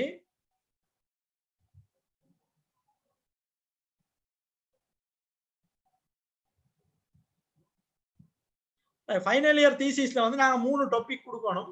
நாங்க லிட்ரேச்சர் ரிவ்யூ செஞ்சுதான் நான் கொடுக்கணும்னு கேட்டிருக்கீங்க. பிரிலிமினரி லிட்ரேச்சர் ரிவ்யூ அது போதும். பிரிலிமினரி பாசிபிள் ஃபீசிபிலிட்டி ஸ்டடி இது செய்யலாமா, இதுக்கு ரிசர்ச் பேப்பர்ஸ் இருக்குதா, ஏற்கனவே ரிசர்ச் செய்யப்பட்டிருக்கு, ஆய்வு முடிவுகள் ஏற்கனவே கண்டுபிடிக்கப்பட்ட முடிவுகள், ஆய்வு ரிசர்ச் கேப்ஸ் இருக்குதான்னு பேசிக்கா பாக்குறோம். பிரிலிமினரி லிட்ரேச்சர் செஞ்சு நீங்க தலைப்பை கொடுங்க. ஆனா சில பல்கலைக்கழகங்கள் அதுல என்ன மாதிரி கண்டிஷன் தெரியாது, அதை கொஞ்சம் அவதானத்துல எடுங்க. அப்டிராக்ட் ரைட்டிங்க பத்தி கேட்டிருக்கீங்க. அப்டிராக்ட்ங்கிறது ஆய்வு முடிச்சதுக்கு பிறகு ஆய்வு அறிமுகம் பாஸ்ட் டென்ஸ்ல வரும் இல்ல. இதுல என்ன ஆய்வு முறைகள் பயன்படுத்தப்பட்டது, ஆய்வு பிரச்சனை என்னவா இருந்தது, என்னென்ன ஆய்வு முடிவுகள் பெறப்பட்டது, நம்மளோட முடிவுரை என்ன அப்படின்னு எழுதுறது. ஸோ அதான அதுல விஷயம். நான் கொஞ்சம் குயிக்கா ரீட் பண்ணிட்டு போறேன். அதே மாதிரி இங்கிலீஷ் டிரான்ஸ்லேட்டட் வெர்ஷன் எடுக்கலாமா இந்த பிரசன்டேஷன் இருக்குது. நீங்க வந்து நான் சொன்ன மாதிரி உமாசேகரன் புக்ல வந்து நீங்க இந்த கூடுதலான விஷயங்களை பார்க்கலாம்.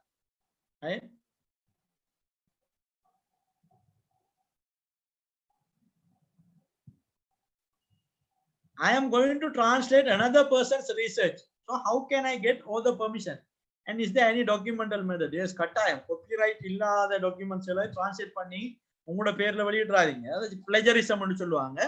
டர்னிட்டின் உருக்குந்த் மாதிரியான சாஃப்ட்வேர் எல்லாம் பார்க்கலாம். நீங்க எவ்வளவு எத்தனை விதமான டிரான்ஸ்லேட் பண்ணி எழுதிருக்கீங்கன்னா கண்டுபிடிக்கலாம். ஸோ பிளேஜரிசம் ரேட்டை நீங்க கவனத்துல கொள்ளுங்க. அப்படியே முழுவதுமா டிரான்ஸ்லேட் பண்ணி உங்களாய்வா நீங்க கொடுத்துறாதீங்க. அது வந்து எக்கனாமிக் டிஸ்ஆனஸ்டி, அது வந்து ஒரு எத்திக்ஸ் இல்லை.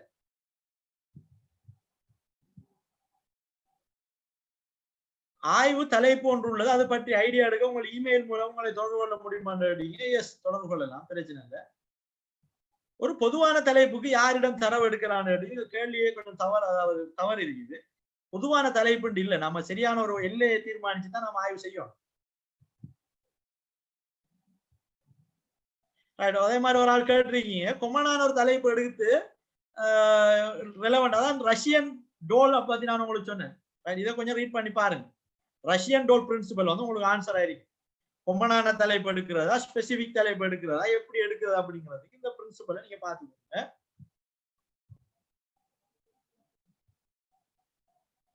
புவியியல் துறையில் இறுதி வருடத்தில் கல்வி கற்கும் நான் அரசாங்க அனுமதியோடு நடக்கும் சட்டவிரோத செயற்பாடுகளான ஆய்வுகளை எடுத்துச்சு ஆய்வு செய்வதால் எது பிரச்சனை உண்டாகுமா? நீங்க உங்களோட இதுக்கு வந்து உங்களோட சூப்பர்வைசர்ஸ் உங்களோட டிபார்ட்மெண்ட் தான் இதை அப்ரூவ் பண்ணணும். சரியான இதை கொஞ்சம் தவிர்த்து கொள்றது நல்லது. இதுல நிறைய சென்சிட்டிவான விஷயங்கள் இருக்கு. அதே மாதிரி நான் விரைவாக மூவ் பண்றேன். அது சில ஒரே மாதிரியான கேள்விகளை கேட்டிருக்கீங்க, அப்படியானவங்களுக்கு நான் அதை ரிப்பீட் பண்ண தேவையில்லைன்னு நினைக்கிறேன்.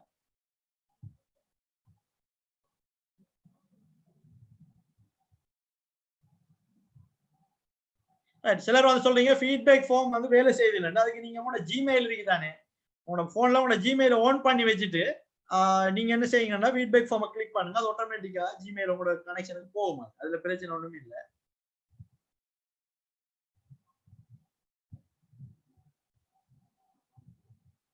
இலக்கிய மீளாய்வுல தியரிட்டிக்கல் அப்ரோச் என்னென்ன ஒரு ஆள் கேட்டிருக்கீங்க. ஏற்கனவே இருக்கிற தியரிகளை இப்ப தற்கொலை சம்பந்தமாக பல அறிஞர்களும் பல தியரிகளை சொல்லியிருப்பாங்க.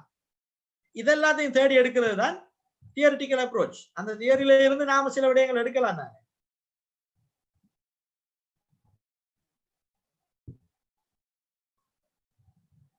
யூடியூப்ல லைவ் பாக்குறவங்க ஃபீட்பேக் ஃபார்ம் எப்படி ஃபில் பண்ணணும்னு கேட்பீங்க. ரைட், ஆர்கனைசர்ஸ் நீங்க கமெண்ட்ஸ்ல வந்து நீங்க லிங்கை கொடுங்க, யூடியூப் லிங்கை வந்து நீங்க கொடுக்கலாம்.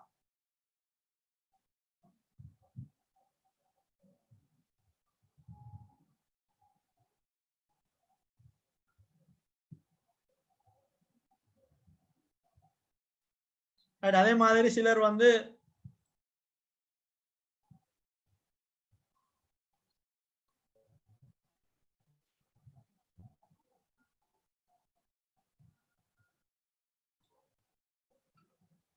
அதே மாதிரி கேள்விகளை கேட்கலாம்.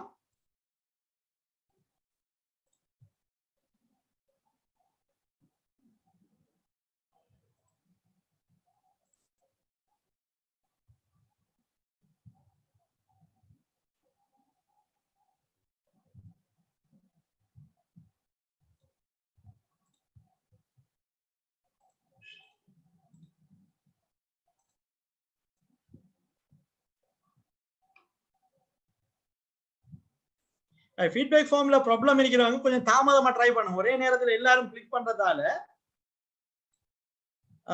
அதுல வந்து பிரச்சனை இருக்குது. இப்ப நான் டர்ன் ஆன் பண்ணி விடுறேன்னா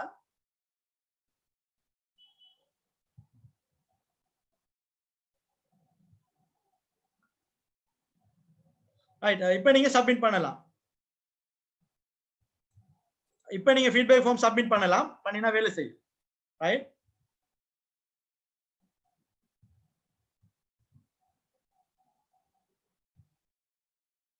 நிறைய பேர் ஃபீட்பேக் ஃபார்மை பத்தி தான் கேட்டிருக்கீங்க. ஃபீட்பேக் ஃபார்ம் இப்ப வேலை செய்யும். நீங்க செக் பண்ணி பாருங்க. நியூஸ் பேப்பர்ல எப்படி பப்ளிஷ் பண்ணணும் ஆள் கேட்டிருக்கீங்க. நியூஸ் பேப்பர்ல நீங்க வீரகேசரி அதே மாதிரி சில பிராந்திய பத்திரிகைகளை வந்து நீங்க என்ன செய்யலாம், நீங்க தீர்மானிக்கலாம். அதாவது நீங்க தீர்மானிக்கலாம் எப்படியான பேப்பர்ஸ்ல எப்படியான ஆர்டிகல்ஸ் எல்லாம் எதிர்பார்க்காங்க. இப்ப வீரகேசரி ஞாயிறு வீரகேசரியில கல்வி சம்பந்தமான ஒரு பேஜ் இருக்கு. அதுக்கு நீங்க கல்வி சம்பந்தமான ஆர்டிகல்ஸ் எழுதலாம். அப்படி நீங்க யோசிக்கலாம். ரைட். பிளஜரிசம் செக் பண்ண விரும்புறார்கள் வந்து நீங்க நீங்க கம்யூனிகேட் பண்ணினீங்கன்னு சொன்னா நான் வந்து உங்களுக்கு பிளஜரிசம்களை செக் பண்ணி தரலாம். எல்லாரும் ஃபைனல் இயர் தீசிஸ் செய்யறவங்க நீங்க யோசிக்கலாம். இந்த மின்னஞ்சல் முகவரி நீங்க இதுல பார்க்கலாம். ரைட். தீசிஸ் செய்யறவங்க தீசிஸ் ஒர்க் பண்றவங்க செக் பண்ண விரும்புறவங்க கொஞ்சம் பாருங்க.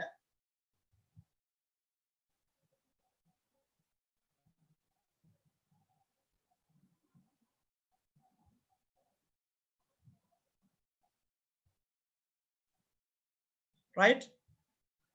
ரைட். நிறைய பேர் வந்து உங்களுக்கு சர்டிபிகேட் கிடைச்சிருக்குன்னு சொல்லிருக்கீங்க. ரைட். ஓகே. ஆர்கனைசர்ஸ் நீங்க யூடியூப் லிங்க்லயும் வந்து நீங்க இதை ஷேர் பண்ணுங்க.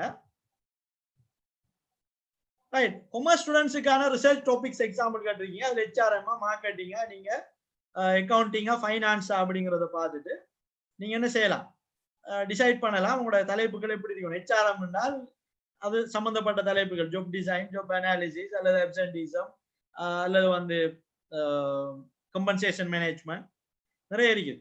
ஸோ அப்போ அந்த மாதிரி அல்லது மார்க்கெட்டிங்னு சொன்னா நீங்க மார்க்கெட்டிங்ல இருக்கக்கூடிய ஃபோபிஸ் ஃபோர்ஸ்ன்னு சொல்லுவாங்க அதோட கனெக்ட் பண்ணின மாதிரி அப்படி நீங்க டிசைட் பண்ணலாம் உங்களோட விருப்பம். அக்கவுண்டிங்னு சொன்னா நீங்க ஆண்டறிக்கையில வச்சு கம்பெனியோட லிக்விடிட்டி ரிஸ்க்களை அனலைஸ் பண்ணலாம். அப்படி பலதரப்பட்ட தலைப்புகளை நீங்க யோசிக்கலாம். Commerce student.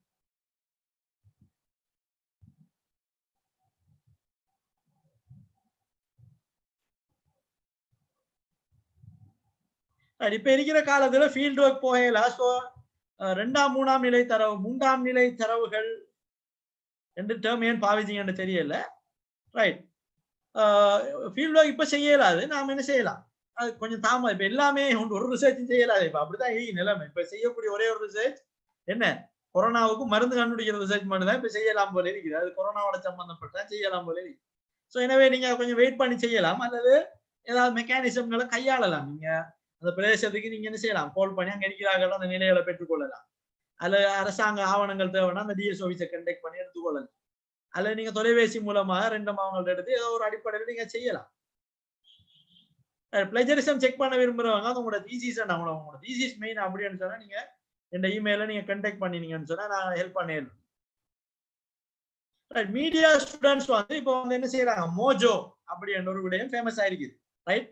மொபைல் ஜேர்னலிசம் அது சம்பந்தமா நீங்க இப்ப லேட்டஸ்டா நீங்க செய்யக்கூடிய ஆய்வுகள் செய்யலாம். ரைட். நீங்க ஒவ்வொரு ஆளும் உங்களோட சப்ஜெக்ட்டுக்கு ரிசர்ச் டாபிக் கேட்டிருக்கீங்க. உண்மையாவே நீங்க பேர்னிங் இஷ்யூஸ் அல்லது கண்டெம்பரரி இஷ்யூஸ் சர்ச் பண்ணி அதுல ஆய்வு பிரச்சனைகளை வந்து நீங்க கண்டுபிடிக்கும். நாம தலைப்பை தேடுற இல்ல, முதலாவது ஆய்வு பிரச்சனையை தான் தேடும். சரியானே. நீங்க வைஸ் வர்ஸாவில ரிவர்ஸ்ல போயிடாதீங்க. ஆய்வு முடிவுல இருந்து இன்ட்ரோடக்ஷனுக்கு போயிடாதீங்க ஒருவர். ரைட். முதலாவது ஆய்வு பிரச்சனையை பார்க்கணும். உங்களோட ஃபீல்டுக்குள்ள அந்த ஆய்வு பிரச்சனைக்கு மெத்தடாலஜிக்கலா தீர்வு காணலாமான்னு பார்க்கணும். ஃபீசிபிலிட்டியை பார்க்கணும். சரியானே. ஆப்ஜெக்டிவ்ஸ் எல்லாம் கன்ஸ்ட்ரக்ட் பண்ணணும். மெத்தடாலஜியை கன்ஸ்ட்ரக்ட் பண்ணணும். லிட்ரேச்சர் ரிவ்யூ பிரிலிமினரியை பார்க்கணும். பிறகு லிட்ரேச்சர் ரிவ்யூ செய்யணும். இந்த ஆர்டர்லாம் வரணும். சரியா. ஆரம்பத்திலே நாம இதான் தலைப்புக்கு வரல. நம்ம ஒரு எல்லையை செலக்ட் பண்ணி அதை நம்ம ஸ்டார்ட் பண்றேன். நம்மளால கொண்டு போகலாம் போல இருந்தா அந்த ஆய்வு செய்யறேன். அது நமக்கு பிரச்சனை மாதிரி தெரிஞ்சா நம்ம வேற ஒரு ஆய்வு போக வேண்டியதான் வரும். வேற ஒன்றும் செய்யலாம். ஐசிடில வந்து நிறைய டாபிக்ஸ் இருக்கு. ஐசிடில வந்து இப்ப எவ்வளவோ விஷயங்கள் வந்து இருக்குது. சரிதானே? கிரிட் கம்ப்யூட்டிங் இருக்குது. அதே மாதிரி ஐசிடியோட machine learning, deep learning, artificial intelligence நிறைய டாபிக்ஸ் இருக்குது. ஐசிடில எக்கச்சக்கமான தலைப்பு நீங்க எடுக்கலாம். லாங்குவேஜ் ஃபீல்டு அந்த ஆய்வு செய்யணும்னா என்ன செய்யலாம் கேட்டுறீங்க. என்ன லாங்குவேஜ் ஃபீல்ட்னா என்ன லாங்குவேஜ்ங்கிறத நீங்க கொஞ்சம் தெளிவுபடுத்துறீங்க. பிளஜரிசத்துக்கு வந்து நீங்க ஒரு ஆள் கேட்டிருக்கீங்க. பிளஜரிசம் செக் பண்ண ஃப்ரீ செக்அப்களுக்குன்னு சொல்லி ஒரு லிமிட்டட் டைம் இருக்குது. ஃபுல்லா செக் பண்ணணும்னு சொன்னால் எங்களுக்கு வந்து நீங்க அனுப்பலாம். நீங்க என்னோட இமெயிலையும் நான் இந்த செட்ல உங்களுக்கு கம்யூனிகேட் பண்றேன். நீங்க பார்த்துக்கொள்ளலாம்.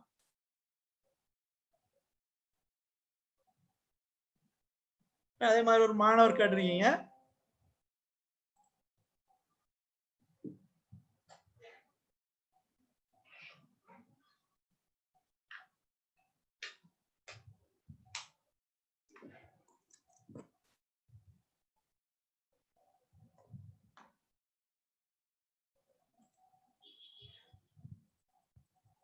எக்கனாமிக் ஃபீல்டுல அதுல நிறைய தலைப்புகள் இருக்குது. ஸோ தலைப்புகளை பத்தி நீங்க வந்து நான் ஏற்கனவே சொன்ன மாதிரி ஒரு ப்ராப்ளத்தை கண்டு நீங்க உங்களோட சூப்பர்வைசர்ஸோட, உங்களோட லெக்சர்ஸோட அல்லது உங்களோட கோ ரிசர்ச்சர்ஸோட நீங்க பேசி டிஸ்கஸ் பண்ணி நீங்க என்ன செய்யலாம். நல்ல ஒரு தலைப்போட நீங்க டிசைட் பண்ணி ஆய்வு செய்யலாம். அல்லது ஆய்வு செஞ்சு போற நேரமே உங்களுக்கு வந்து ஒரு எல்லைக்குள்ள ஆய்வு செஞ்சு போற நேரம் அதுக்கான தலைப்புகளை கண்டுபிடிச்சு அதுக்கேற்ற மாதிரி உங்களோட ரைட் அப்ல செய்யலாம். Right. Project management related topics நிறைய இருக்குது. ப்ராஜெக்ட் மேனேஜ்மெண்ட்ல நான் சொன்ன மாதிரி நீங்க சர்ச் பண்ணுங்க. அதுல என்ன ப்ராப்ளம் இருக்குது, அந்த உங்களோட ஃபீல்டுல என்ன ப்ராப்ளம் இருக்குது. ரைட். ப்ராஜெக்ட் மேனேஜ்மெண்ட்டுக்கு 3 பில்லர்ஸ் முக்கியம். அப்படித்தானே?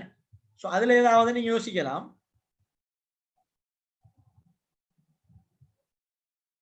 ஸோ நான் நிறைய கேள்விகளுக்கு நான் உங்களுக்கு ஆன்சர் பண்ணியிருக்கேன். வேற ஏதாவது கேள்விகள் இருந்தா கேட்கலாம். அப்படி இல்லைன்னு சொன்னா நாம நம்மளோட வெபினாரை முடிக்கலாம்.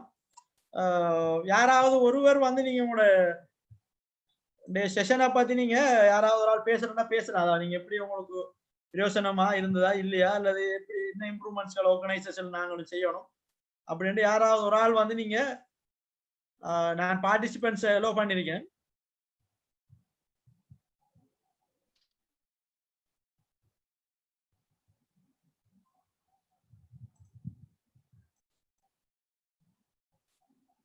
யாராவது ஒப்பீனியன்ஸ் பேச விரும்பினா பேசலாம். அஸ்ஸலாமு அலைக்கும் வரஹ்மத்துல்லாஹி தஆலா வபரகாத்துஹு. வலைக்கும் சலாம். அபுதாபில இருந்து பேசுறேன் சார். ரொம்ப சூப்பரா இருந்துச்சு உங்க செஷன். வெரி ஹெல்ப்ஃபுல்லா இருந்துச்சு. இப்ப என் பொண்ணு வந்து எம்ஏ இங்கிலீஷ் லிட்ரேச்சர் பண்ணிட்டு இருக்கு. இப்ப அவங்க ஏதாவது ரிசர்ச் பேப்பர்னா எதுல, எந்த துறையில, எந்த சப்ஜெக்ட்ல பேப்பர் எழுதலாம்? நீங்க சார் எங்களோட இமெயில் அட்ரஸ் இருக்குதானே சார்? ஆமா. அதுல கொஞ்சம் கான்டாக்ட் பண்ணுங்க சார். நாங்க கொஞ்சம் உங்களோட டிஸ்கஸ் பண்றோம். Okay okay. ரொம்ப தேங்க்ஸ் சார். ரொம்ப தேங்க் யூ. ஜஸாக்கல்லாஹ் ஹைரன். Okay right sir. அஸ்ஸலாமு அலைக்கும். வலைக்கும் சலாம். நான் அப்துல் ரஹ்மான் பேசுறேன், மால்டீவ்ஸ்ல இருந்து. ஓகே. உண்மையிலேயும் பிரயோஜனம் இருந்துச்சு உங்களோட இந்த வெபினார். என்னோட ஸ்மால் சஜஷன் என்னன்னு சொன்னா, எதிர்காலத்தையும் இப்படியான எல்லாரையும் எல்லா மாணவர்களையும் உருவாக்கக்கூடிய இப்படியான வெபினார் செய்யறது மிச்சம் பிரயோஜனம் ஆயிக்கும்னு சொல்லி, அதோட மார்க்கெட்டிங் சம்பந்தமான மார்க்கெட்டிங் ரிசர்ச்சஸ் அது மாதிரியான புதிய புதிய மார்க்கெட்டிங் ரிசர்ச்சஸ் சம்பந்தமான விஷயங்களையும் உள்ளடக்கி எதிர்காலத்தோட வெபினார்ஸ் அமையுமா இருந்தா இன்னும் அது பிரயோஜனம் ஆயிக்கும்னு சொல்லி என்னோட சஜஷன் உண்டு. அதோட நன்றியை தெரிவித்துக் கொள்றேன் பேரதனி யூனிவர்சிட்டி முஸ்லீம் மஜ்லிஸ், அதே மாதிரி சேலம் செஞ்ச சாருக்கும் நான் தேங்க்ஸ் தெரிவித்துக் கொள்றேன். ஓகே. ஜஸாக்கல்லாஹ்.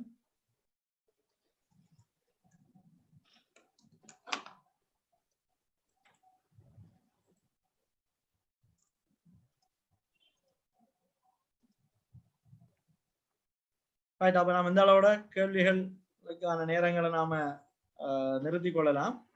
ஸோ ஆர்கனைசர்ஸ் நீங்க you can carry out the session. Sir இந்த பிரசன்டேஷன் வந்து கொஞ்சம் இமெயில் அனுப்பி கொடுத்துருங்க சார் ப்ளீஸ். நான் நீங்க ஃபீட்பேக் அனுப்புற எல்லாருக்குமா தான் உங்களுக்கு அனுப்பப்படும்.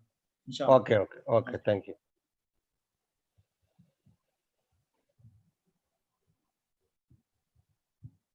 ப்ரொபோசல் ஒன்று தயாரிக்கிற சம்பந்தமா நீங்க ஏதாவது உங்களுக்கு கேள்விகள் இருக்கிறவங்க நீங்க எங்களை கம்யூனிகேட் பண்ணுங்க. ஏன்னா சிலருக்கு அந்த இண்டிவிஜுவலான ப்ராப்ளம்கள் இருக்குது, சிலருக்கு கொமனான ப்ராப்ளம்கள் இருக்குது ரிசர்ச்ல. அப்படி இண்டிவிஜுவலாக நான் ஒரு தலைப்பு ஒன்று தெரிஞ்சிருக்கேன், இது சரியா பிள்ளையா அப்படிங்கிற ஆட்கள், அல்லது ஒரு ப்ரொபோசல் ஒன்று எழுதிக்கிறீங்கன்னு எப்படி நம்ம செய்யறோம் அப்படி டிசைன் பண்றோம் அப்படிங்கிற ஆட்களுக்கு நாங்க சப்போர்ட் பண்ணுவோம். ஸோ அப்படியான ஆட்கள் வந்து இண்டிவிஜுவலாக நீங்க கண்டெக்ட் பண்ணினீங்கன்னு சொன்னால் எங்களால் முடியுமான உதவிகளை நாங்கள் உங்களுக்கு செய்யலாம். திஸ் இஸ் ஜஸ்ட் பிகினிங், இது ஆரம்பம் தான், சரிதானே? ஸோ இதுல இருந்து நீங்க நிறைய எடுத்துக்கொண்டு இருக்கலாம், அல்லது உங்களுக்கு போதாமை எழுதிக்கலாம். ஆனா நாங்க ஒரு ஜென்ரல் ஆடியன்ஸை இன்வைட் பண்ணியதால நாங்க ஜென்ரலான விஷயங்களை, அடிப்படையான விஷயங்களை தான் கொடுக்கக்கூடியதா இருக்குது. ஸ்பெசிபிக் டாபிக்ஸ் நாம கொஞ்சம் டீப்பாக போகலாம். ஆனா ஸ்பெசிபிக் டாபிக்காக போறதுக்கு முதல் ஒரு இன்ட்ரடக்ஷன் ஒன்று கிளியராக, ஒரு பேஸ்மெண்ட் ஒன்று இருக்கணும் அப்படிங்கிறதுக்காக நாங்க உங்களுக்கு கனெக்ட் பண்ணியிருந்தோம். Right, organizers, you can wind up the session. So Tuan, Arshad. Assalamu alaikum. Walaikum salam.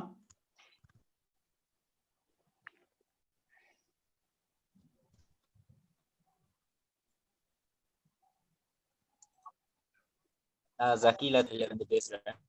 ஆமா சார், நான் வந்து மெடிக்கல் ஆய்வு எல்லாத்தையும் ஈடுபடுறோம். இதை பத்தின விரிவுரை வந்து நீங்க செய்வீங்கன்னா மிச்சம் நல்லா இருக்கும் sir. Okay sir.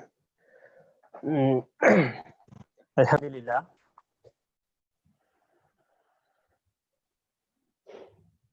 Okay okay sir, line கேக்குதா? Okay okay.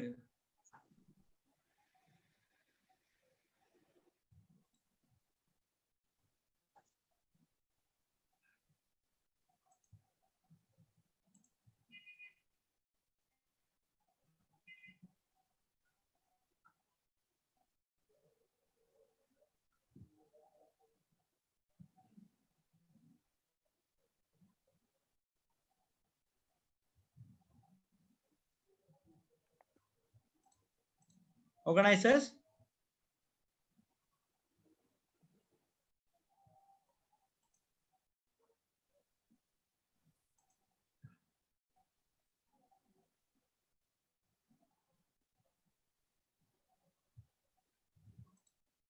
Organizers ஒருவரும் இல்லையா?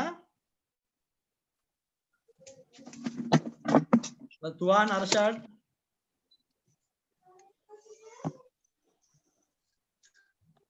Assalamualaikum warahmatullahi wabarakatuh. Walaikum salam. So நீங்க அல்ஹம்துலில்லாஹ், உங்களுடைய கிருபையால இன்றைக்கு ரிசர்ச் மெத்தடாலஜி வொர்க்ஷாப் மிகவும் எங்களுடைய நேரங்கள் முடிவடையக்கூடிய நேரங்கள் நெருங்கிவிட்டது. இதற்கன் பெரிய பங்களிப்பு அளித்த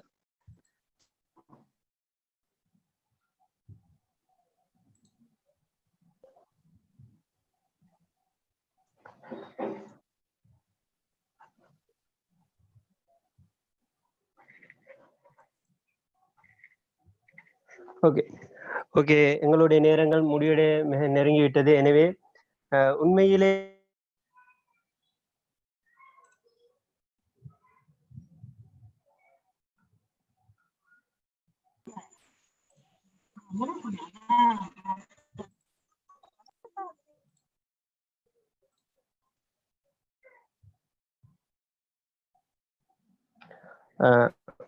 உண்மையிலே மிக பெருமதியான சொற்ப நேரத்தில் மிக பூரணமான தெளிவை தந்து, அதாவது ஆய்வு என்றால் இதுவரை குறிப்பிட்ட நேரத்தில் இருந்தாலும் சரி பூரணமான தெளிவை எமது நேர்களுக்கு தந்ததவிய எமது தென்கிழக்கு பல்கலைக்கழக சிரேஷ்ட விரிவுரையாளர் FHA சிப்லி அவர்களுக்கு மிக மனமார்ந்த நன்றிகள் பேராதேனி முஸ்லிம் மஜ்லிஸ் சார்பாக தெரிவித்துக் கொள்கின்றோம்.